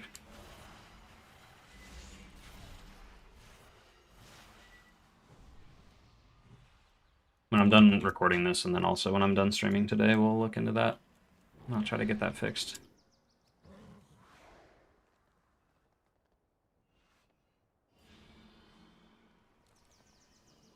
I don't know exactly what would be causing that, but I think it would have to do with my bitrate. We have been gone for some time. The growth here. Oh, okay. So it's not the same thing that I'm seeing then. Okay, then I'll definitely look into that. Alright, these guys, we have the Invokers. They just cast Arcane Bolt at random players that needs to be interrupted, otherwise it hurts really bad. So just be ready to heal people if they get hit with Arcane Bolt. And then the important thing is these Echo Knights. They are going to throw these little guys on the floor that spin around nonstop like Beyblades, and you just dodge them. They move completely randomly, so my advice is when one spawns, just don't be anywhere near it. Just try to move pretty far away from it. And then... oh, there's some lagging again. And then the other thing that they do, we'll see it on the next one. I'll actually just wait to explain it. So we just stay away from these things on the floor. Like, I don't want to stand here because then it's going to move and follow me, and then I have to keep running away from it. So you want to just clear the distance a decent amount. And we're probably going to wait till these go by. Okay, now you'll be able to see just what the Echo Knights do on their own. So the Echo Knights are going to do that thing where they spawn little spinny guys. We stay away from them. And then they'll also do an Arcane Smash. That is what we need to use cooldowns for or be healthy for us and defensives and stuff. So there's the first smash, and now since there's another Echo Knight, he's going to do another one. So it's very similar to the boss we were talking about, or the birds actually, the ones that do like the echoing screech. You want to just top off the group after the first one. So like here, the first smash is going to happen, so I'm going to get everyone ready so that I can heal them when that first smash goes off. Arcane Smash. There we go. And then now I need to quickly heal everybody up as much as I can before the second smash goes off. Because the only time you're really in danger is if you're not full HP when a smash is going off. Okay. And then last boss. This one, I think a lot of people don't fully understand how it works, so we'll do our best to explain it. First thing is people will get these debuff stacks. You can see it here at the bottom left of the mage's frame and the tank's frame. When you reach, so this stack, it makes you take damage over time. So like now the mage is going to be taking damage over time. And then when he reaches 3 stacks, so when he gets hit one more time with an ability from the boss, he will drop a pool on the floor. It's one of these pools like this. that you can see, and they just spit orbs out of them nonstop, and it just spawns wherever you're standing. These ones just start in the room naturally, but like see you'll see here that the mage will drop one soon. So if I stay by the mage and watch him, whenever he gets a third stack, which it's kind of random when you get stacks, or it's from this ability, Energy Bomb. So now the mage is going to drop a thing on the floor. I'm just going to take damage and get one stack. So now I have one stack. The mage lost his stacks and dropped the puddle on the floor because he hit 3. And then now I'm going to be taking damage over time. The mage won't anymore. So it's like that kind of thing. And you gain stacks by either the boss randomly targets you and just applies stacks, or you get hit by an orb, or you get that little circle mechanic on you, the energy bomb. And that's pretty much it. So like now I'm getting targeted again. I won't drop. So like there I got a second stack randomly. So now this one will make me drop it when I get hit by this. And it does show up as a dispel. You don't need to dispel it. You just let it sit there and then it just explodes at the end of duration. Because if you dispel it, it just automatically explodes. Placing the puddles, you want to try to place them near other pools, but you don't want to kill yourself over it. Like I don't want to come stand over here and like be trying to fight for my life dodging orbs. It's just when I notice like, hey, I'm almost at 3 stacks or I'm at 2 stacks, I should try to like move over in that direction. So I'll try to use that as an example. And the last thing the boss does is Power Vacuum, which just brings everybody in. So like right now I'm at 1 stack, I'm okay. I don't need to go stand by all the other orbs. I don't need to, you know, kill myself over it. I just wait till I'm at 2 stacks and then I go, okay, now I'll go stand over there. And sometimes you can just get unlucky and like get 2 stacks at the same time, but again, we're trying to stay away from all the orbs on the floor until we have 2 stacks, and then it's like, okay, now just try to drop a puddle behind the boss or wherever the other puddles are, you know, close to. So like now I get an energy bomb, so I want to run over here. I just got a second random stack, so now this one will drop a pool, so I can run all the way over here, drop a pool, and then we're good to go. But otherwise, don't worry about where you're placing the puddles too much. It's really just, if you are aware, oh my god, I finally got hero gloves. If you're aware that you're at 2 stacks, then just try to position yourself where you're not going to drop the puddle near everybody else or near the boss, because we want the puddles kind of further away from the boss. But like really don't stress over it. That's Algothar. That was a lot of yapping. I think that dungeon was a lot to explain, like a live commentary style, but I think that was okay. We'll see how that does. I can also do a more scripted version where I can like record a dungeon and then do commentary over that so that I can pause and play and stuff. That might be easier, but we'll see how that does. Maybe I'll do one of recording it like that, and then I'll do the other one not recording it like that, and then I'll compare and see what sounds better. Because I don't want it to be too much of like a complete ramble where it just is too hard to follow anything. I guess if you guys were in the stream and stuff, was that a lot to follow? Like obviously live, it's different than being able to like go back in a recording and stuff and like have time, like I'll have timestamps to every single mob and like all that we talked about basically, so that if you get lost you can easily find your place again, or if you run the dungeon and you're like, what just happened, and you know what mob killed you or what mob you were fighting, you can just go back in the video and check. But otherwise, if it was too rambly, then I can always do a more like structured, you know, record gameplay style of one.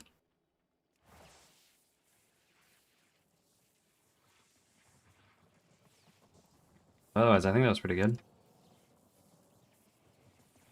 There's also some stuff that happened in that run that I was not expecting, like us pulling the giant pole before the third boss. That was crazy.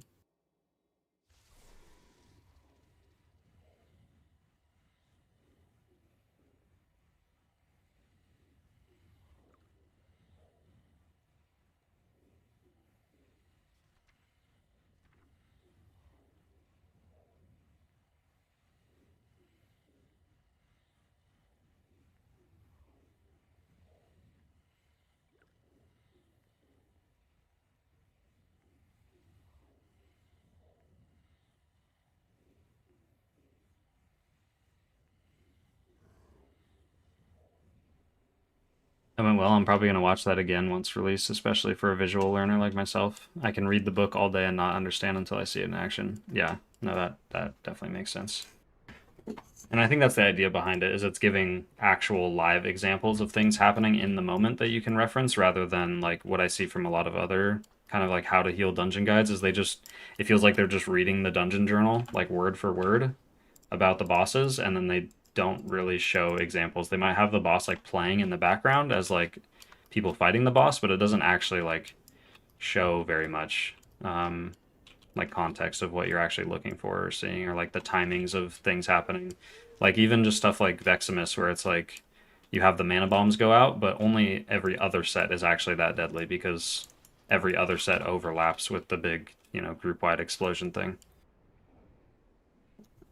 So yeah, I think we'll try to send that one and see how people respond to it, and then if it's too much, or like I'll watch it back as well and see if I like it or not, and then I can always make a more structured kind of play-by-play one where I go through like a VOD or something and pause and play and explain stuff as it's happening.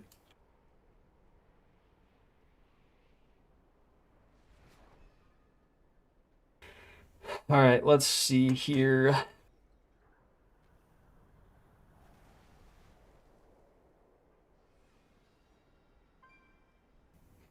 I think I want to record another dungeon, but I really need to take a break and eat and stuff. So I think what I'm gonna do is watch back that video and see if I like it, and then if it went well and I think it'll be like a good thing that we can do, then I can stream again on Thursday. I won't be able to tomorrow because I work, but I can on Thursday, and then what we could do is go back and do more dungeons like that.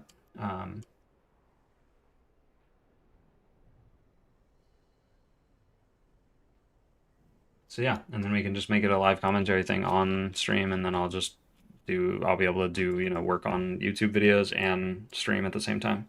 But other than that, I am going to take a break and stuff, and then I have raid a little bit later. So I might turn the stream back on, but it's unlikely. I would probably just expect I'll do a big stream on Thursday where we'll either focus on gearing, or we'll do more of those like commentary things and get pretty much all those done for the dungeons, because obviously I'd like to get them done sooner than later now that we're pretty deep in the season, as far as like people starting to do, you know, starting to have gear and do hierarchies or wanting to understand stuff more. And now that I have a better understanding of all the dungeons, it's a good time to do it rather than trying to do it when I don't have that much experience in the dungeons yet. So thank you guys for hanging out. I appreciate it. I know it's a little under 5 hours. I usually always try to stream for 5 hours, but I'm going to hop out, and then, yeah, we'll work on that stuff, and we'll do some more streaming on Thursday. I'll have a longer stream on Thursday. Yeah, all of you guys have a wonderful evening, day, night, whatever time it is for you. Have a good one. See you later.